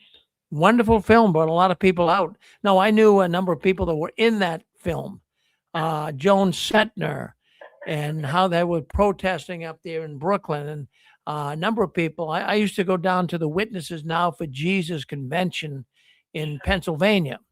And a lot of those people at that convention, most of them, in fact, were ex-witnesses. But a lot of those people were in that movie, yes. And there was another video that popped up. It was a Canadian production, and it was like children of the Watchtower. It was from like 1994-ish, I think. Yeah, I never saw that one. I never, but yeah, it's on there. I wish I knew the exact name of it, but it was like Children of the Watchtower or something like that. Yeah. Well, there's more and more films coming out. There's a film, in fact, that's being produced right. In fact, it's being put together right now and being sold to whether it be Netflix or wherever. It was a movie film that we had a convention up here, an ex-Jehovah's Witness convention back in August. And there was a movie crew from Spain that was doing a full-length movie documentary on the witnesses. And I talked to the man the other day who was one of the producers, and they're getting ready now. They're trying to sell it. They're looking for the right people to purchase it, but they have approached evidently Netflix, and there's some interest there from what I gather. So it's only a matter of time that film is going to be out, and it's going to be good. Yeah, there's so much good content out there. There was a witness podcast. Nobody told us to do this. Yeah. Well, RJ, the good thing is it's so much different than really when I started 20 years ago. This is like a different ball game. We couldn't get any points on the scoreboard 20 years ago. There was only a handful of us activists, but now we got the troops. The cavalry has moved in. We got all these people on YouTube, all these people on Facebook, all these Facebook groups. I feel really great to have so many apostate friends and people exposing the Watchtower. This is amazing. We're starting to get some points on the scoreboard, Definitely. And I like you saying that, because that's points on the scoreboard doesn't mean like a final victory, but you're getting somewhere. You're seeing some results. Yes. Well, RJ, you're a good guy. You're very articulate, by the way. You got a good radio voice. You really do. You got a good voice. Anyone ever tell you that? I have heard that before. Yeah, no, you got a lot of resonance in your voice, and that's what you need. Is you're nice and clear. When you speak here on the 6 screens, you're nice and clear. So we appreciate you coming on talking, RJ. Thank you. Thank you for calling in. Thanks for having me on, Rick. Well, you're a good man, RJ. Keep moving forward. All right, I'll talk to you next week. Thank you. Well, there you have it, friends. We're coming to the end of the program. Actually, now we're more. We had a number of people call in tonight wondering, is the Watchtower going to win in Norway or are they going to lose? Well, it started off, most of us thought that the Watchtower is going to win, which we didn't like, but we just tipped the scale, and we just tipped the scale. Well, now we have 8 that say the Watchtower is going to lose. We have 7 that say the Watchtower is going to win. Make it 9. You want to make it 9, Rick? You want to make it 9? Who's this? Who is? This is Eric. I don't think there's any way that they're going to win. You do feel that, Eric, huh? Yeah, because the thing is that Watchtower's time is just it's not going forward anymore, and times are changing. Governments are changing. Things are changing. They're talking about great resets, and I know we've heard this before and stuff. New systems. I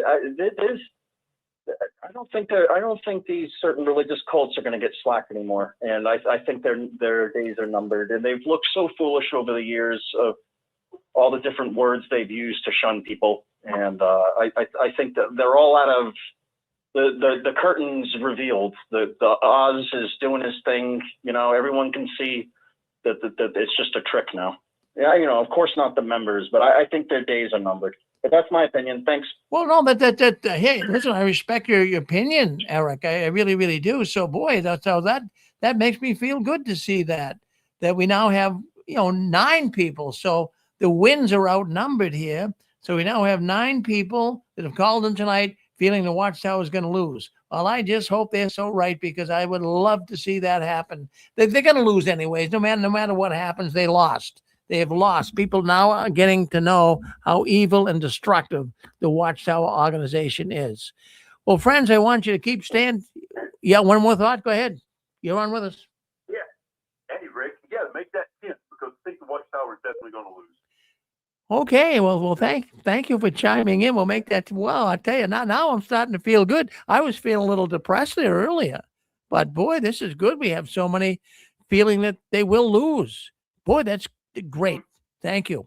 You take the fact that they're exposed to lying in Canada, they're exposed to lying in Montana, the cases that they lied on in Seattle that they didn't get sued for, but they got exposed for.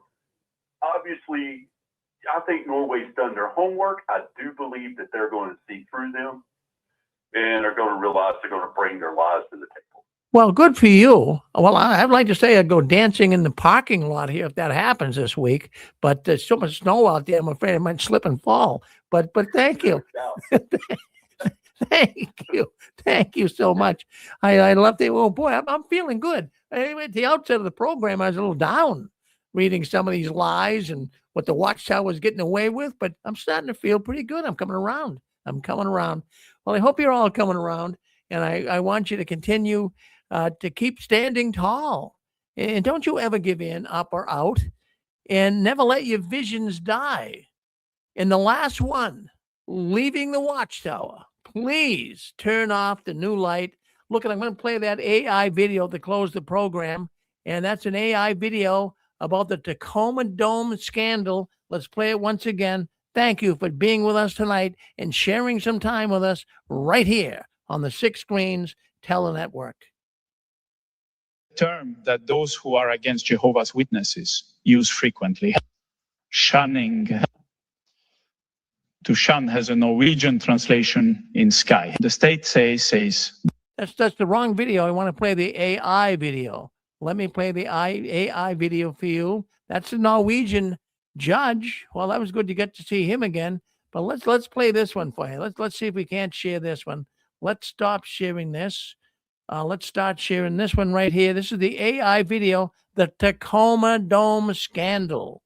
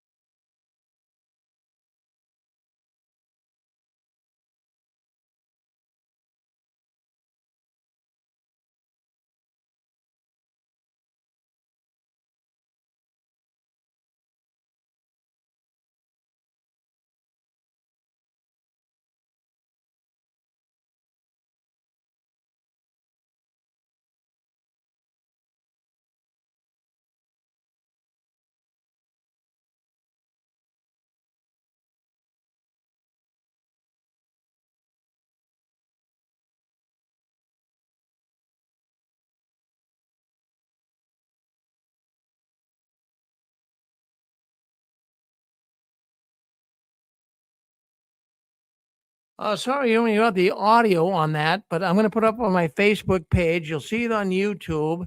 And we've been putting these short AI shots up. And I think you'll really enjoy them. We got a number of them up already. But thank you for coming in tonight and keep waving that flag of victory.